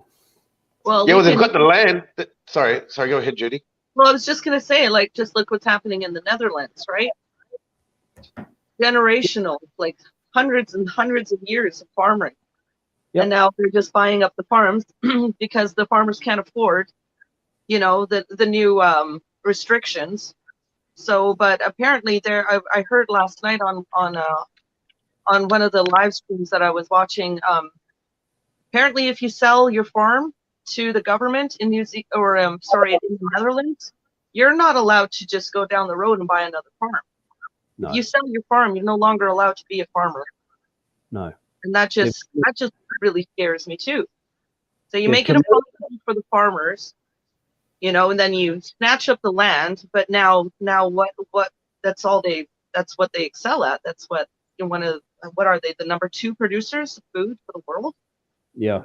And then just the idea that now you're for the rest of your life you cannot farm as one of the stipulations for selling your land to the government. And there's quite a lot of people that are taking that deal from the government because they don't have a choice anymore. They can't afford all these new restrictions, and they want to reduce the nitrogen even more. And they want to bring it down to like 50% reduction in the next few years. It's just mind blowing. Well, the sad thing is, and what you don't hear too much internationally, is that they're doing the same thing here in New Zealand. Right. They're using is it nitrogen? What are they using over there? They're using nitrogen over there, aren't they? They're using is it carbon dioxide here? They're using something. Nitrogen. I'm sure it's all about nitrogen. Yeah. No, here in New Zealand, they're using carbon emissions reduction targets. It's all about carbon over here, you see. But they're talking about 27% reduction in the farming sector. So essentially what that translates into is that 1 in 4 farmers are going to have to stop farming in order to meet that. Or everybody has to reduce their crops by 27%, their herds by 27%. That's not going to happen. So they're doing the same thing here. Yeah, it's happening all over the place. It's about reduction. I heard that they're even shortening the growing period. Instead of being allowed to grow vegetables for a certain amount of months, you're only allowed to grow vegetables in these months now. And how do you expect to have a ripe harvest? That would be hybridized, wouldn't it? I don't know. I'm gonna look into it. But I heard that genetically modified. Yeah. So it'll be Monsanto that owns the patent on the crops that can do it. Yeah. Oh yeah. So one more thing, right? That's right. Anyway, don't use any of their products. I've got to push off. My phone's going crazy. But thanks for having me on the show. You're so welcome. I look forward to having you back when you've got the full. Hopefully we can get this report out, and then we'll have something else to talk about. Yeah. And maybe you can I don't know, share. Do you have any pictures of the Freedom Village or the kitchen that you ran? You could always just, I don't know. Yeah, I made a short video. I'd love to see it. When I had nothing to do actually one day. So what I'll do is I'll send it to Jason and he can upload it. Yeah. How's that, Jason? All right. That's yeah, I'm actually using my phone at the moment, so I won't be able to share screen. But yeah, send it over to me. Okay. Can you pass the links on? Or? Yeah, I can definitely pass the links because I'm in the chat. So if you send me the link, if it's a link, absolutely. Send it to me on Signal. Okay. Or Telegram, one of the two, and then I'll just drop it into the chat box there. Okay, fantastic. I'm on the chat here. I'm looking at the chat. So there's a few people in the chat. Let me just go back to that. There's a few people in the chat. So unfortunately, one of our guests have very important guests actually had to cancel because of something that has come up in his work, and he's not able to make it. So I don't know if you've introduced him or anything there, Judy. I mentioned that Guy Nuns and kind of what he was about. But yeah, we can always reschedule him or see if he wants to come in next time. So what I was thinking that we might do is looks like there are some people still there. How about we do just a quick question and answer session? If anybody in the audience has a question that one of us might be able to answer, that would also be fun. Thank you, Stephanie. Stephanie told me to stick in there because you weren't showing up, and Gabrielle didn't show up right away. And I was just like, I think I might have to reschedule. And Stephanie Barry said, don't do it. Just stick it out, Judy. Just stick it out. And so I did. Stick it out. Yeah. Stick it out. We told you and they would come. You're right. We've been through this before. Didn't we? We've been through this before. A year ago. All sorts of hours, strange things happening, and over schedules, under schedules, oversleeping, undersleeping. We've been through this before. This is not our first rodeo, that's for sure.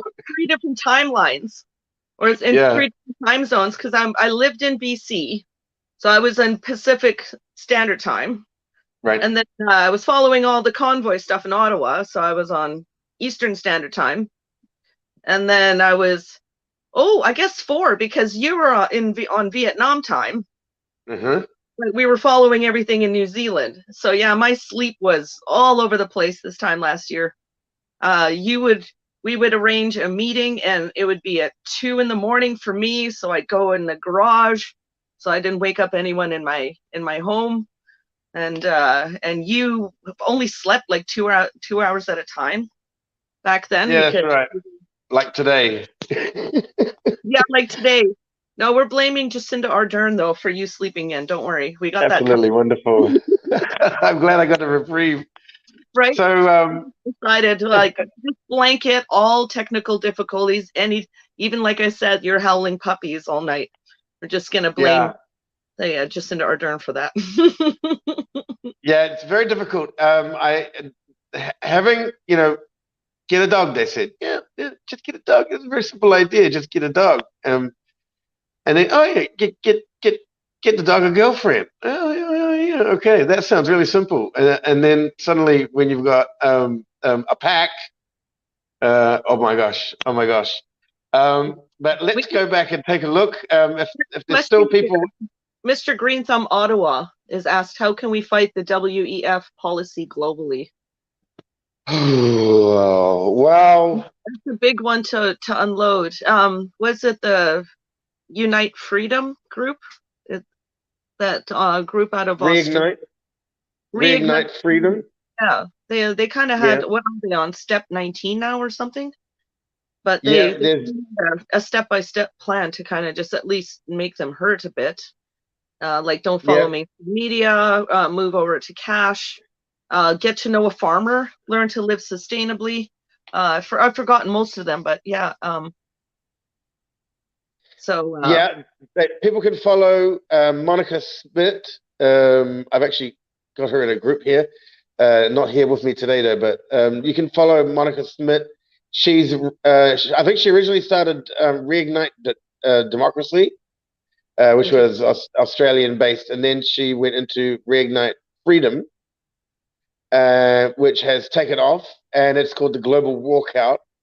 And it's not a physical walkout, but it's a set of practical steps that any person who wants to walk out of the system can take. If they, there's certain things like, they have at certain times, they'll say, for this week, let's only use cash. Shopkeepers can put signs up in their shop saying that we only take cash, or we do take cash, but you can still pay by card if you want to. But we do prefer cash, and promotions like that. and they're also working in with the farmers as well. So Monica Smith also involved with the Kennedys as well. Kennedy, Robert Kennedy, that's his name, Robert Kennedy. So she's been around she'd been around. She's in the thick of it. Of course, again, being in court, being taken to court, and all that kind of stuff, because the system doesn't like you when you fight back against them in a really passive way, which is very practical. And people do take note. There is such a thing as passive resistance, and it seems to be more powerful. Passive resistance actually is a lot more effective than violent resistance. Much more effective. Yeah, our the Veterans for Freedom here, they're big, and there is no other option. We keep peaceful. We do. There's a lot of non-violent ways that we can protest, and yeah, I'd rather look into that. But somebody asked if you had the link for the Reignite World Freedom, or for if you've got that somewhere you can. Sure, I do. It's on Facebook. Reignite. We've got the New Zealand one. Yeah, I think it. Okay. Yeah, I'll drop it into the chat box right now. I've got that link right here. Fantastic. If you could just share that, that would be wonderful. Yes, we're actually involved in it. We were involved in that in the initial early stages. Towards the end of last year, I just got really super busy and overwhelmed with a lot of my personal business that needed to be taken care of here in New Zealand, and going back to work and so on and so on. So so there's that link. I've dropped that in. That is Reignite Freedom, Reignite World Freedom New Zealand. So, and this is an official Reignite group. It's absolutely official. We are in communication regularly with Monica Smith, and we are part of the team of Reignite World Freedom. So that's that. The other way is to hound them on social media. Hound them and make comments on Twitter. Hound them like Tedros the other day. I saw Tedros was making some comments, and they're getting hounded. You go through the comments now that Elon Musk has sort of restored the freedom of speech side of it. These people, they're not surviving very well at all without these bots and all the censorship. They're not doing very well at all. So one thing to do is to give them your opinion, download Twitter, and go directly to Tedros, and go directly to Carl Schwab's account or Harari's account, and just tell them what you think about them. And there seems to be a lot of that going on. That's one way to fight back on it, is to raise awareness. Awareness of your own community. That's the most important thing, is raising awareness in your community. All right, Daniel, you're in. Hi, Daniel. Hi. How are you? Hey, Daniel. You back? Welcome back. No, thank you. It's lovely to be on the show again. Another sunny day in New Zealand. Lucky. Yeah. What's the temperature there? Do you guys use Celsius, right? Yeah. I think about 24, 25 at the moment. So not too bad. Yeah. It's been a nice couple of days here. Not massive, but yeah. Sorry, we've just got kids in the background. Daniel, how was the murder house? Did you get that done? Yeah, wasn't too bad. Managed to get away with just a filling needing to be replaced. No big deal. I'm not looking forward to it myself. Although in Vietnam, there's some really great deals. When it comes, the murder house, probably, I didn't know what that was when he said it, and I had to ask Daniel inside the group what he meant by he's got to go to the murder house. Explain for all of us. Please go ahead and explain a murder house and why it's. Explain what the murder house is. Yeah, and how the murder house is kind of the dentist. Well, technically it was dental nurse, which was kind of the thing. Yeah, it was what the name that was given to when we were kids at school. Everybody, you said murder house, that meant you were going to the dentist. It was, yeah. Oh. Yeah. And I think, even though sort of technology's moved on and they don't cause quite so much pain. It's still murder on the pocket at least. It's dental house. health care. The dentist's office. Yep. Okay. Sorry, I'm just going to quickly butt in. Is it still free at school for primary school students?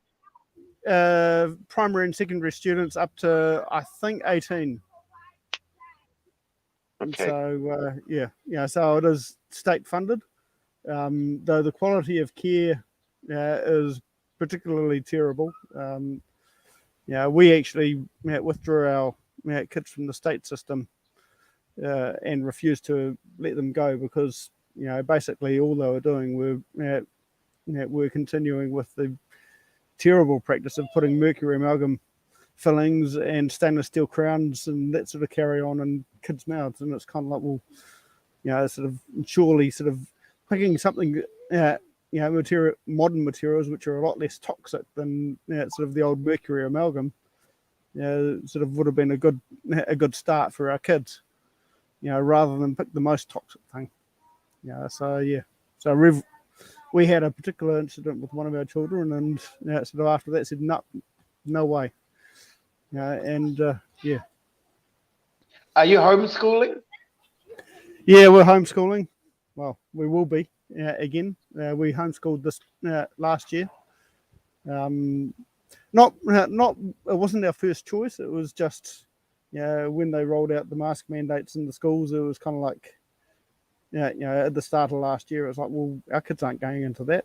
That's just heinous. And it wasn't just that the threat of our kids having to wear masks, sort of that was easily overcome. It was, but they would be in a classroom where the teachers are wearing masks, where all their peers are wearing masks. It's, it's like, but that's just not healthy.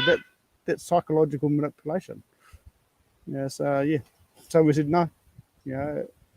Which was really sad because our kids were going to a great little Christian school that we had great relationship with.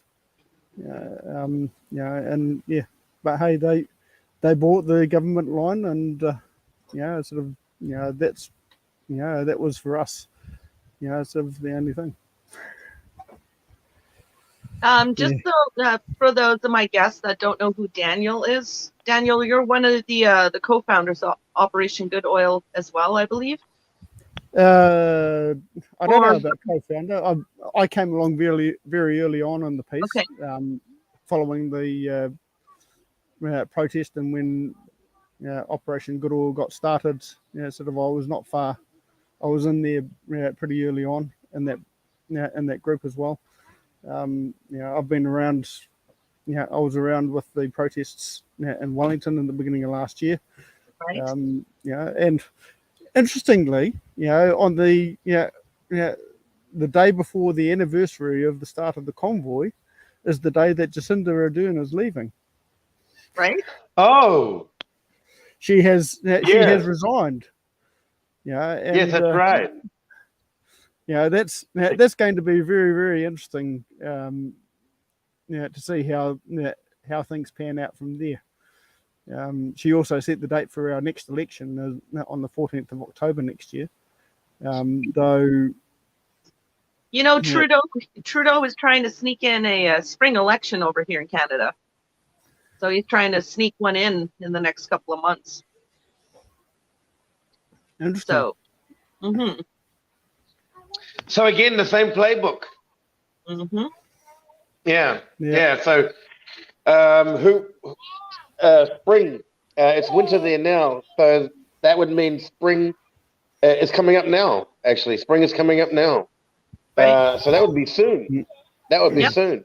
We're a few months away from spring. Yeah, well, that's that for us is normal.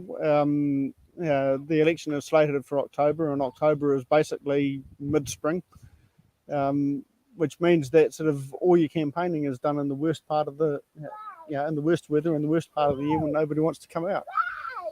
I can. Brilliant. And that way they can control the narrative through the mainstream media. Right. I can understand it. Doesn't mean I like it. And the whole system at the moment is a bit well, the whole system has to go. We need to get back to actually having representative government and real elections, not this what I consider to be electoral fraud, whereby the only thing they care about is you being registered, because if you're registered, then they can vote for you, and that's what they do. They take a poll, but the actual vote is what they decide is going to be your vote. Yeah, that's right. There was a documentary I saw many years ago called Black Box Voting, where a grandmother had accidentally, she was a school teacher and grandmother, and she had accidentally got herself into the back office of the Diebold system, the Diebold voting system, and she was able to prove that it could be manipulated. And if an old grandma was able to stumble her way into the back door, the back system, the back office of the Diebold voting system, then I'm pretty certain that it would be very easily manipulated. And then a couple of years after that, I was standing at a Kiwi Bank ATM looking at the brand, and it was Diebold. And I thought to myself, oh, that's interesting. I wonder if they can manipulate an election. I wonder, and I thought about this, and I thought, what about if, say, the bank was taking like 1 or 2 cents, which were not actually a part of the fee? Well, what would happen if they were taking 1 cent or 2 cents, but doing it on a regular basis? For a population of, let's say, 2.5 million, and let's say a day, right? Yeah. So that would be quite a healthy profit, and also illegal because they'd be skimming. Yeah. Now, I actually believe that there was a case in the US where somebody working for one of the big banks, I'm not sure whether it was one of the big banks or one of the FPOS providers there, where they were doing exactly that. They were whenever things were rounded, they would skim off the rounding. They would skim off the half a cent or quarter a cent or whatever, from any transaction that didn't work out to exactly zero. And they took that, they stuck it, fed it into an account, and collected it. I'm pretty sure there was a case about that.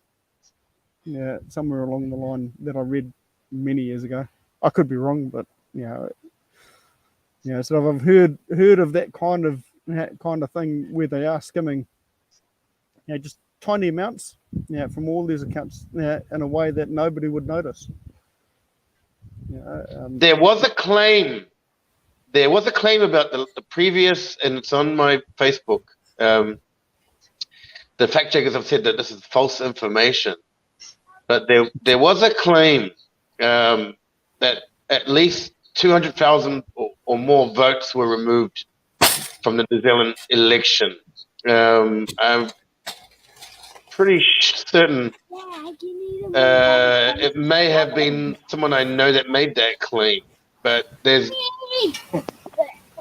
that as well. There is a claim, but of course, anytime Facebook says something is false these days, I would assume that it would be true. Otherwise, there would be no need for them to make a big fuss of it. Yeah, I think if it's inconvenient to the current narrative, the current global elites narrative, then certainly Facebook will censor it. So, which means that pretty much anything that's true is shut down because it's probably inconvenient. But the whole thing is, our monetary system is sort of built in fraud, built in fiction, and is not representative of real true value, and it's constantly being manipulated, to the extent where sort of, well, Sort of, we work harder and harder to have less and less, in terms of real value, for our efforts, and Yeah, well, I was gonna change the show's name from State of the Nation to State of Inflation. Yeah. Over here, we're calling it just inflation. yeah. Actually, I actually did label a video. I did label a video called. I don't know what that was. State of Inflation. I did label a video. Let me check out what that was. Oh, it was the Rise Up one. That was the Rise Up in Wellington. The 3-day, the 3 days of 3 days. speeches. Yeah. Yeah, I actually put that in there, State of Inflation, because initially I was going to use that. I was going to do a series of inflation with Guy Nuns, but I had that that fatal switch over from my laptop to my computer, and my fatal decision of getting a husky pack, which ruined all of my opportunity to get any quiet and sense and all that sort of stuff. So, but yeah, state of inflation. So I think I might do a rebrand. Yep. Do it. Might do a rebrand. We're going to call it State of Inflation now. State of inflation. Yeah. You should do it. Yeah. How are you going with your egg cartel? Oh, while we're talking about egg cartels, Daniel, have you got yourself organized with your own egg cartel yet? A chicken cartel? No. Well, we buy directly from one of the egg farms in the Wairarapa, and they don't seem to have any problem with supply. So, I think that what's actually happened is that there's a manipulation of the market. Hang on a second, I've just got to move. And that the supermarket chains are buying up bulk, on the cheap eggs, and taking that stuff. Just go and sit out in the sun here. And they're taking it and making. They're making creating a shortage by actually shortchanging, by removing the supply, because of this narrative of the ending of cage battery hens, for egg production, and sort of they're absolutely using that. They're totally using that. There you go, another climate change tool. Yeah.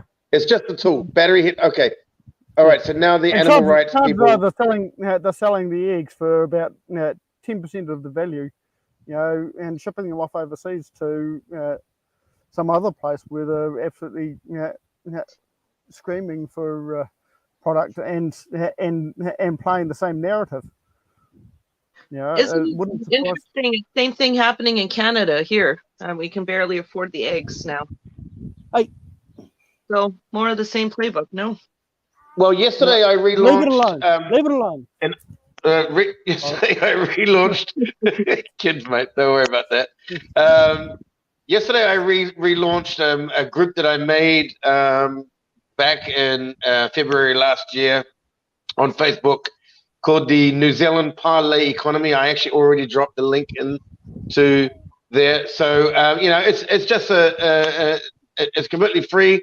I'm sure right about now some clever people have got themselves organized and knew this was coming, especially listeners of VFF and members of VFF, probably already quite well prepared and may have some excess stocks. So we're hoping as a service to the local communities around New Zealand that I made this Facebook group. It's a private group called NZ Parlay Economy, and the link is in the chat here already. So if you've got something to trade, sell, or you want to buy something, particularly I'm talking mostly about trading because people might have eggs. Some people, like for example, Gabrielle's going to become an egg cartel. She's upping her game, in her distribution. So she's going to be making it, So you might be able to swap it for some some pallets, some old pallets for your cheap construction materials.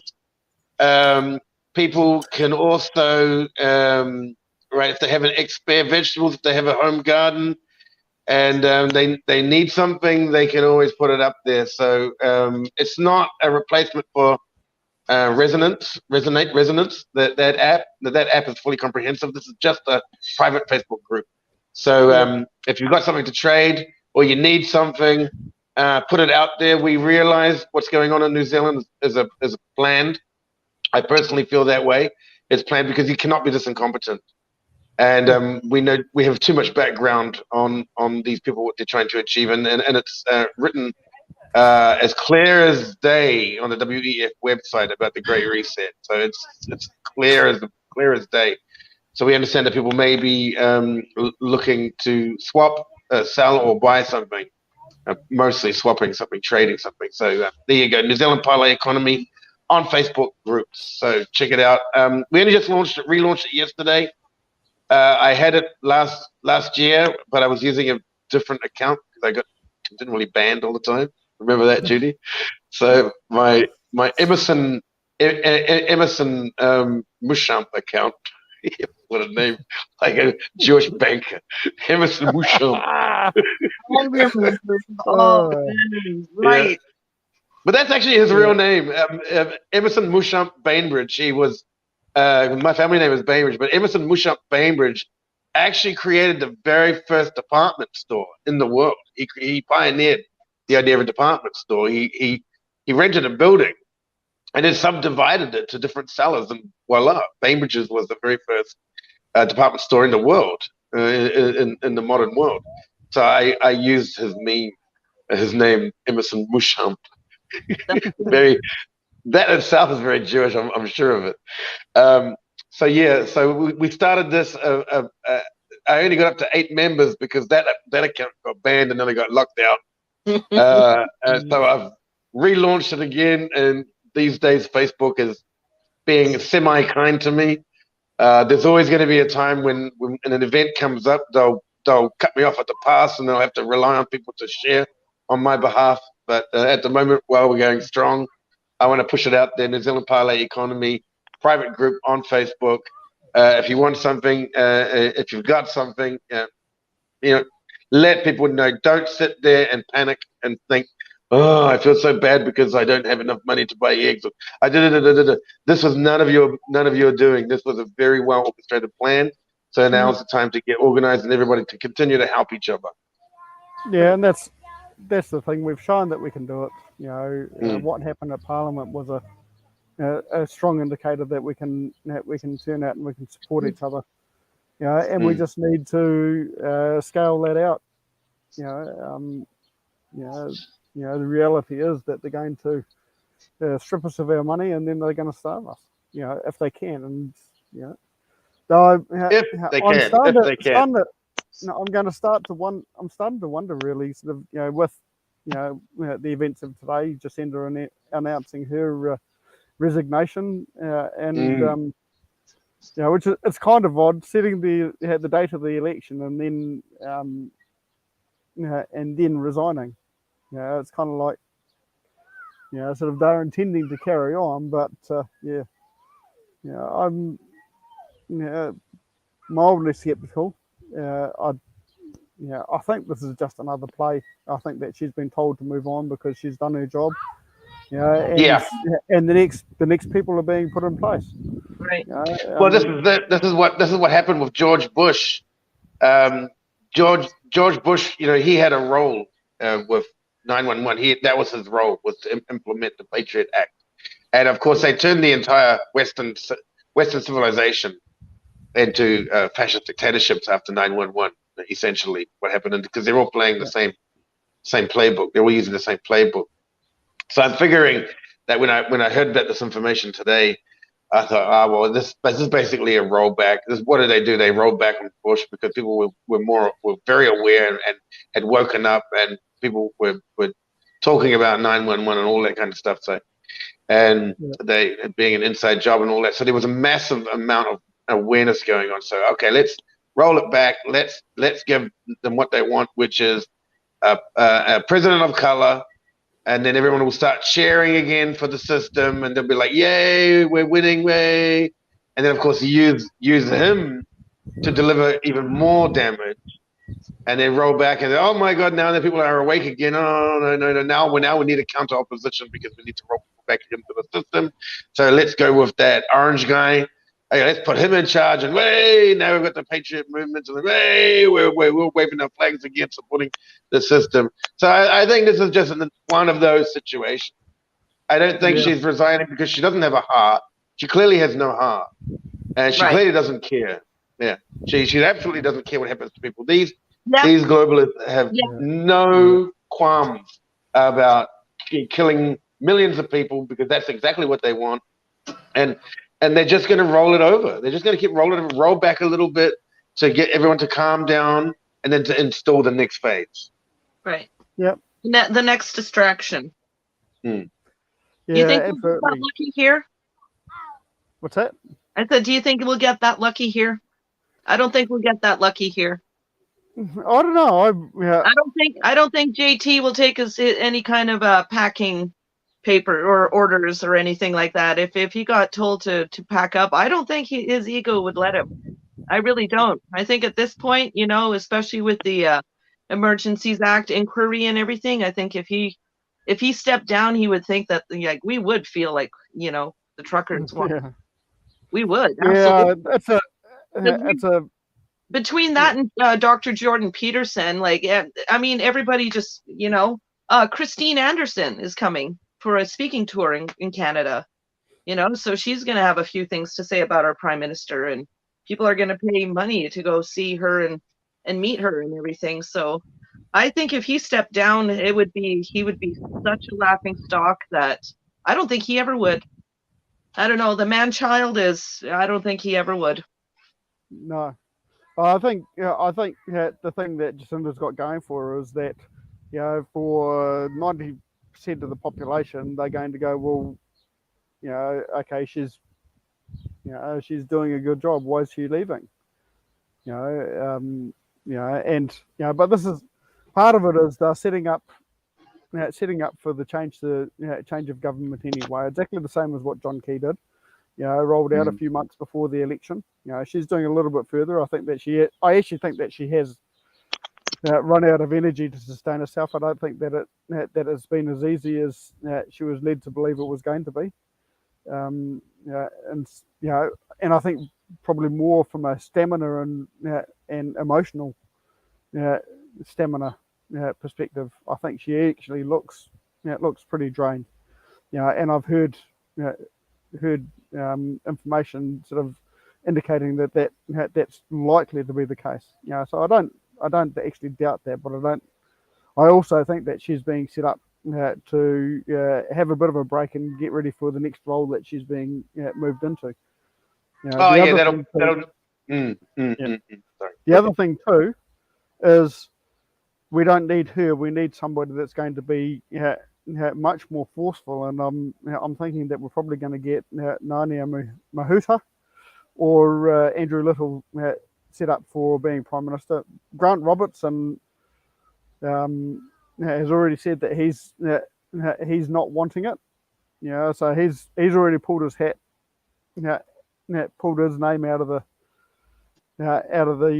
running today as well, which is interesting. And in some respects, that's quite concerning to me because it indicates that they're not that this is not. If it was Grant Robertson, I think it would be an indication that this is okay, we've pushed too far. Now we're going to back off a bit and sort of ride out the a terrible election in a few years, and then see if we can get in a term or two back into government. I think what they're doing is they're moving Jacinda out because she's no longer the right person to execute the final blow. And I think that's going to be the way things are looking.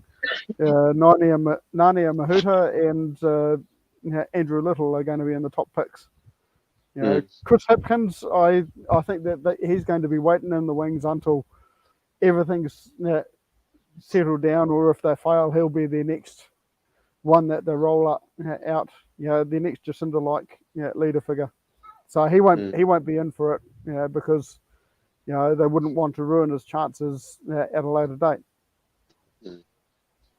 I'm very interested in Simon Connor because he's very outspoken, but the problem is that he supports the narrative of Ukraine and all that sort of thing. But I do sense that there is definitely a narrative change in mainstream media in New Zealand. There is a realization, I believe, that there were two very specific things. One was that I think it was News Hub or Stuff came out and talked about the level of discourse in New Zealand is so bad because of the reporters are getting a lot of abuse. Sure, okay, stop abusing other people. Stop making up hit pieces and making up lies. New Zealand media and News Hub and the stuff. No wonder they call it stuff, because it's just junk. It's just stuff. It has no meaning. It's not like intelligentnews.co.nz. No, it's just stuff. We just make stuff up, as we go. Yeah. So yeah, sure. It means they can very easily get away from being abused online by actually printing the truth and being a real journalist, and stop making up stories about all these people who are actually trying to service the country and do good thing for the country. So that's one thing. And also now that the New Zealand media is also hammering down on Jacinda Ardern himself. So now the media has sort of done an about face and is now blaming Jacinda Ardern. And personally, I think it's all bread and circus, but they're now blaming Jacinda Ardern, and they want to come out on the other side looking like, again, we didn't know. They're just like adverse reactions. We didn't know. Yeah. That's everybody's, I think, going to, the media is going to soften up, I think, significantly once she's gone. I don't, until the next time that they need it, and this is the thing, sort of, I think that they've lost so much mindshare now and so much viewership that, nobody, even those that still listen to it, sort of really considers them to be, any of the mainstream media organisations to be particularly truthful. I was quite intrigued with Counterspin Media getting on to hosting a bit on Alex Jones' show, and apparently they're doing it again as well. I've just heard, so it sounds like it's going to become a semi-regular thing. And that's kind of interesting. It means that Counterspin Media suddenly have a bigger viewership than sort of the entirety of the mainstream media in New Zealand for an hour. Hopefully in New Zealand. But, hopefully Alex Jones isn't Bill Hicks. Hopefully, let's keep your fingers crossed. I really don't think it matters. I think that regardless, it's breaking the narrative. It's throwing something into the mix that will stop people and make people go, oh, hang on a sec. Yeah. It was Alex Jones and the Trump administration that set up the Q movement, and for a while they had a good firm grasp of it, and then during the summer of love of 2021 across the Democratic states, where I don't know, $5 billion worth of damage was created all over, the Democrats had somehow got hold of Q. And that was feeding misinformation, but apparently they've got it back, and they don't have it back. That's why I've never been a strong supporter of Q personally. Never been a strong supporter of it, because also the Soviets did something like that. They called it Operation Trust, and they set up a fake patriot movement. Yeah, I don't know whether Alex Jones was actually that. He never was openly supportive of it. He was always questioning. He did support, what was that guy? There was a guy that sort of hosted a few shows with him for a bit there. The Brian Knight? No, not David Knight. David Knight was very, very. David Knight. Yeah. It was another guy that was just came along. Owen Shaw. No, it's not Owen. No, it was one of the ones that was only around for a little bit. He ended up getting in court over it too. And his potentially his involvement with Roger Stone's situation. But yeah, he turned out to be a bit of a bit of a conspiracy theorist, and it was kind of like, oh yeah, saw that coming. And sort of really into sort of the whole Q messages and stuff, and sort of the big code. It's like, well,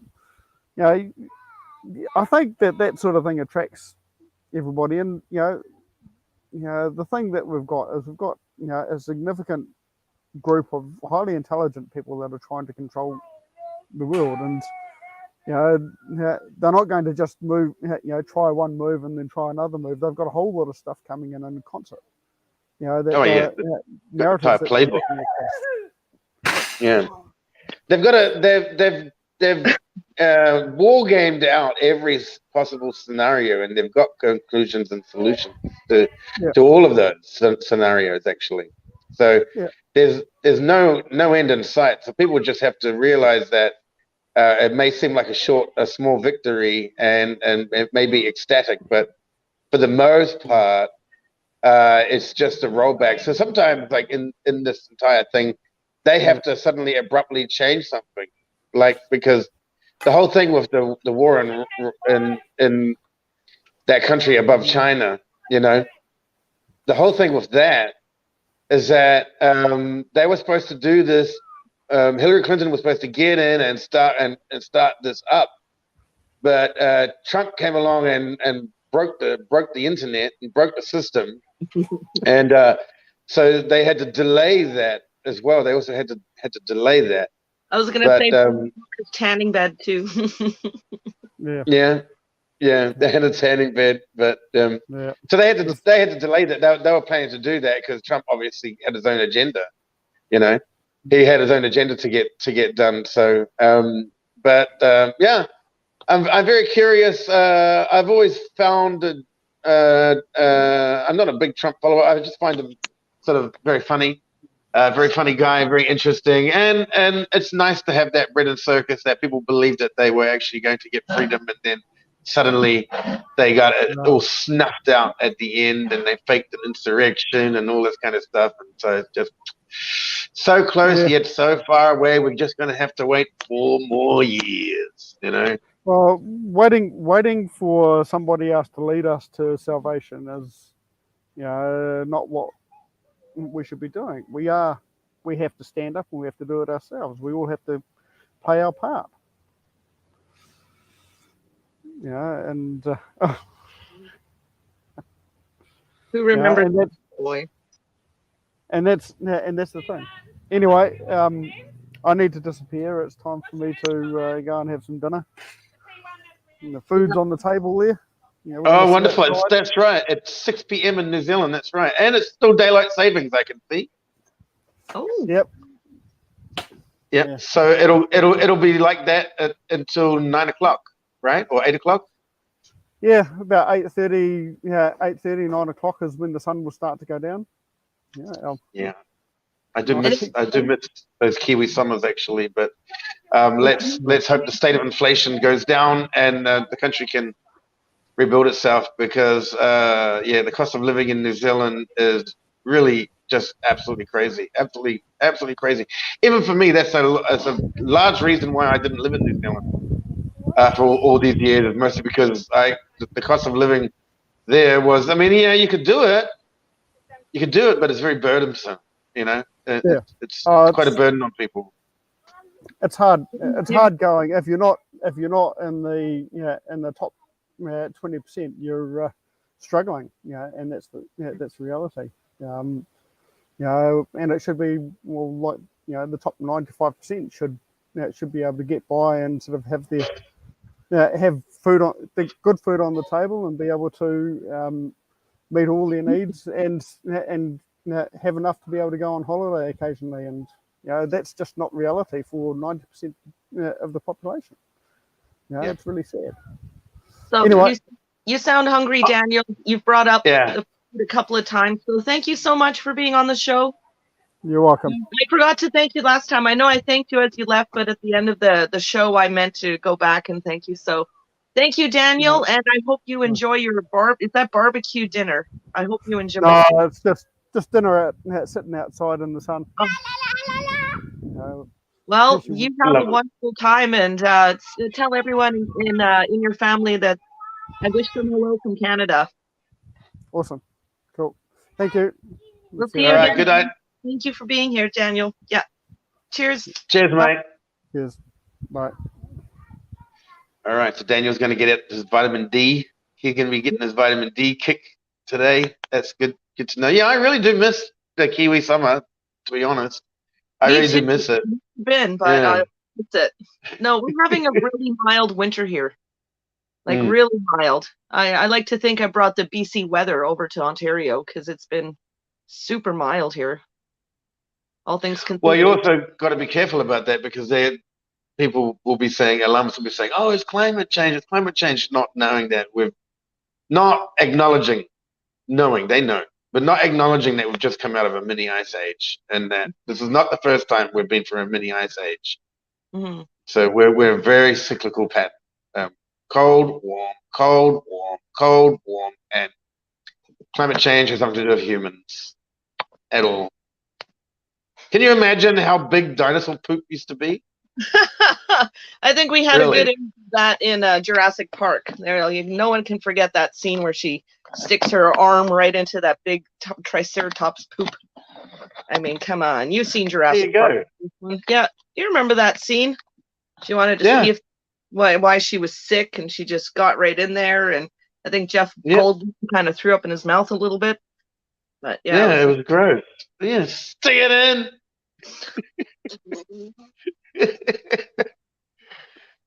All right. Well, that was pretty cool. Do we have any more questions before we disappear? We're at the 3-hour mark, so last chance. Yeah, we certainly are. Anyone who's here, thank you so much for still being here. I've had some very, very faithful followers. Thank you guys for being here all this time. Yes. Hello, Stephanie Barry, and hello, Big Dice, and hello, Vina Lynn. Yeah, I think you're from Okanagan, I believe. And we had there's also the Big Dice has been hanging out with us. And the Green Thumb Ottawa. He was here, but he said he had to go, so I kind of wished him goodbye. Yeah, he had to get going, so we wished him. And it looked like a lot of fun chat about squirrels and rabbits here, guys. I was kind of watching the comments. It was fun, quite amusing. Quite amusing, thank you. And yes, I do miss the dancing hands, you guys. For those of you who, Jason LaFosse, you're in here. Very nice to have you here. He's with Freedom Radio. He's got his own Freedom Radio show. So nice. Yeah. If Jason LaFosse is here, if he has a Freedom Radio network, maybe just drop that link into the YouTube so I can have a listen. Yeah, if you want to. Drop that link. Yeah. Do it, Jason. Yeah, do it. I'm just wondering what kind of format or platform that they would use for Freedom Radio. So I'll be very interested to know because I know, everybody in New Zealand knows Vinny Eastwood, and he's the longest running Freedom Radio person, I guess. I don't know, call him activist. And he's been around. He's been around the block for years and years, well over 10 years. And he's probably the premier freedom activist in New Zealand. That's Billy TK's sidekick during the elections there. So they're a team, and they're going up to court. So I did speak with Billy the other day. So I'm hoping that we can next week get Billy TK on. Hopefully next week we can get Billy TK on if they're not too busy filming. That'd be I'd love to hear his story, because I know he's been on the receiving end of all sorts of discriminations and shadow banning and yeah. Well, he's they did go to court, and they were supposedly guilty of having or organizing a protest during a lockdown, Right. which is basically just an excuse to put the fear of God up freedom activists in New Zealand and freedom supporters, maybe not activists, but freedom supporters in New Zealand. So intelligent people who have critical thinking skills. But of course, that being said, that's the very reason why we have critical thinking skills. We're not afraid of threats like that, but they do try to make examples in that. So I know that there have been some people in Canada as well who have been imprisoned. That popped up on my radar this week as well. So maybe we can reach out to someone who's in the middle of a court case, and maybe we can pair them up, and they could, like Raven suggested last night, they can compare eggs. Literally, because they're so expensive that people hold them like this, that they'll be able to compare. That's right. Bag them. I'm like Atlantic. I got distribution. I got the chicken on my shoulder. Come on, come on. The egg cartel, the egg cartel. I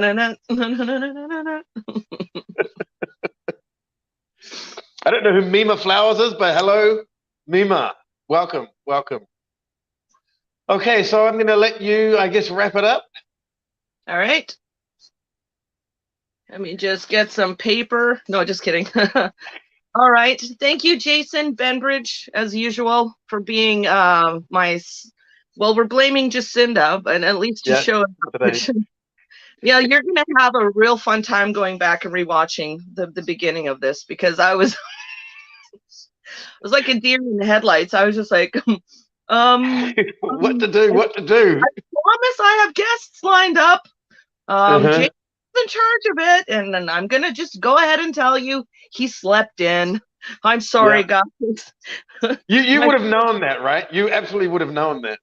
I knew it. Well, I tried phoning you twice, and when you said, like, if you don't pick up, I'm like, oh man, he must have really fallen asleep hard. So I knew right away that you'd fallen asleep, so I forgave you right away. And then I phoned Gabrielle, and she's like, and I'm like, come on. And she's like, okay. And I'm like, I'm going to give Jason an earful when he does show up. Okay. So good on you, Gabriel, for taking one for the team. Yeah. She's like, I don't really, I'm like, just go with it. I don't either. And then when I brought her on, I had this little microphone thing plugged into the side of my phone. So I had a microphone, so I couldn't hear her. And so I finally unplugged that, and then I could hear her, so that we could finally talk. But yeah, the first 20 minutes of the show is a complete write-off. Well, but you can always use the YouTube trim feature. No, I'm just gonna leave it the way it is. You know, it happened organically, and you know what? You know, it just showed. Maybe I got a bit of that Kiwi ingenuity. I just like, just keep going. Figure something.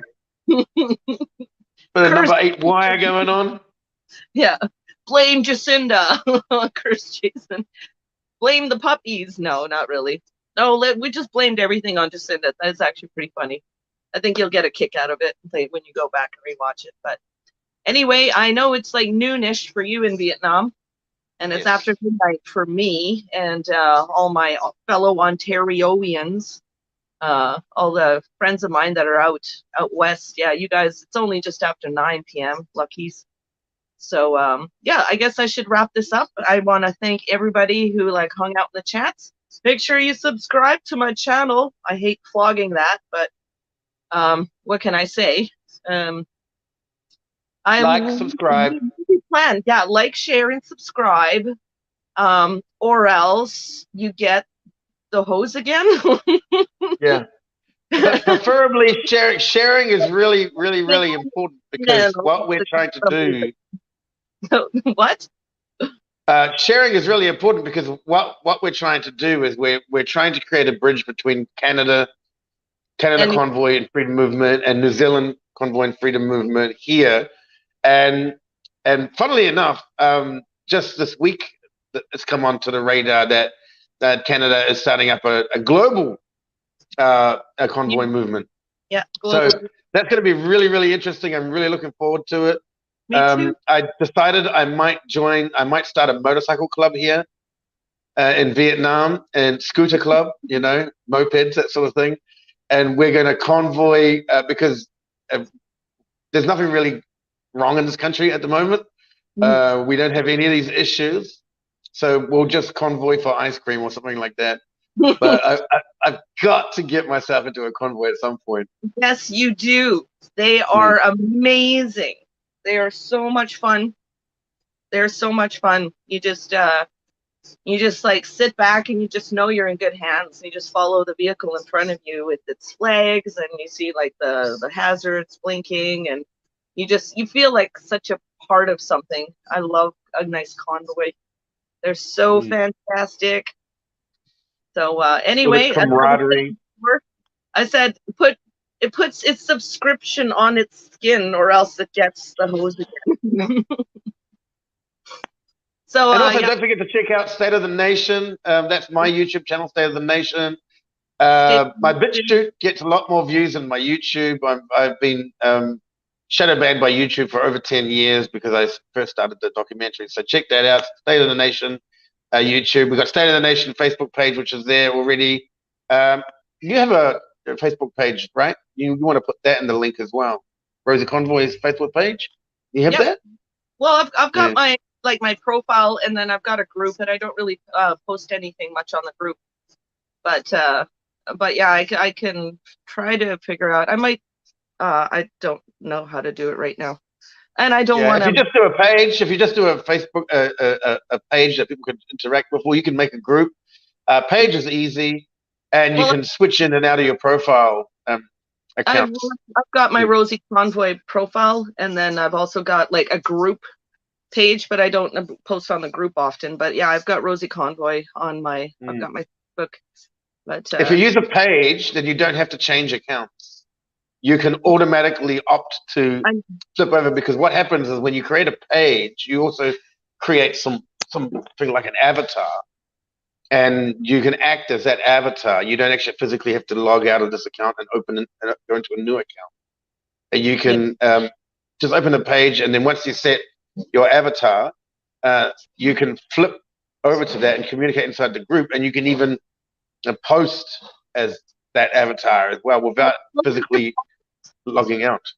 We'll have to practice, because right now we're down to 3 viewers. Thank you so much for sticking around, you guys.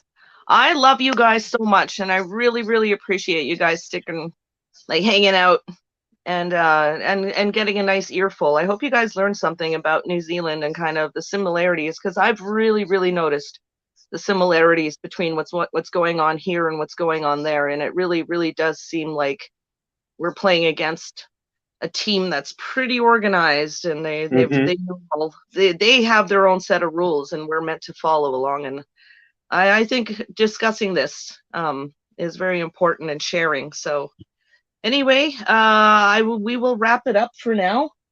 We'll try to do this once a week, Jason, you figure? Yeah, we're trying to pull it off here once a week.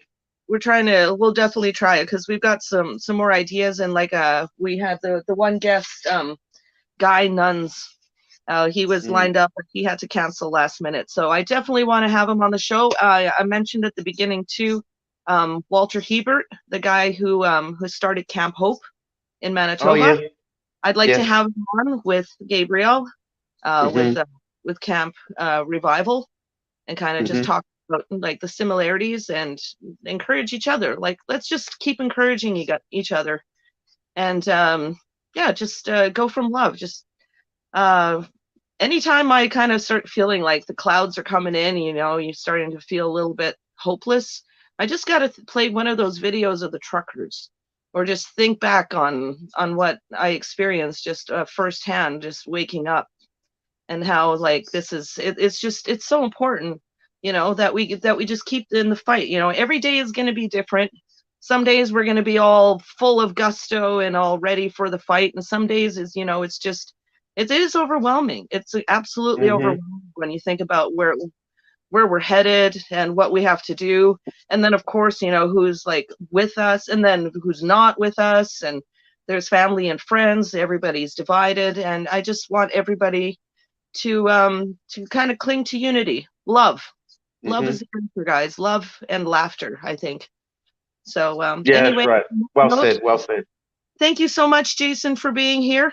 I hope you have a good day, and I hope the puppies don't keep you up again all night. If they do, we'll just continue to blame Jacinda. Let's just blame Jacinda for the next few weeks. Just anything that goes wrong, and just say, Jacinda.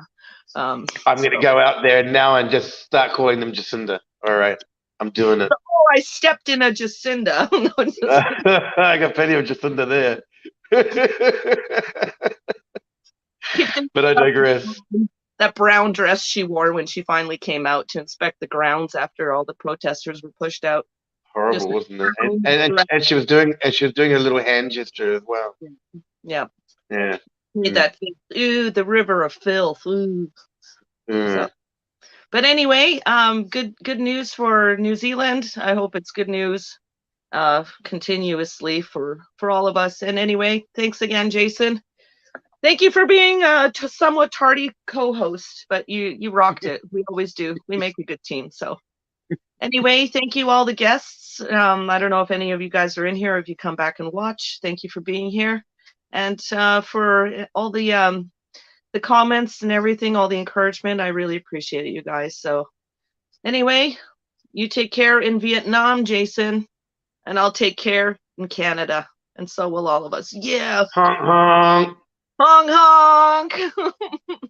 All right, freedom, people. We'll see you again. Freedom, everybody. Freedom. Peace out. Peace.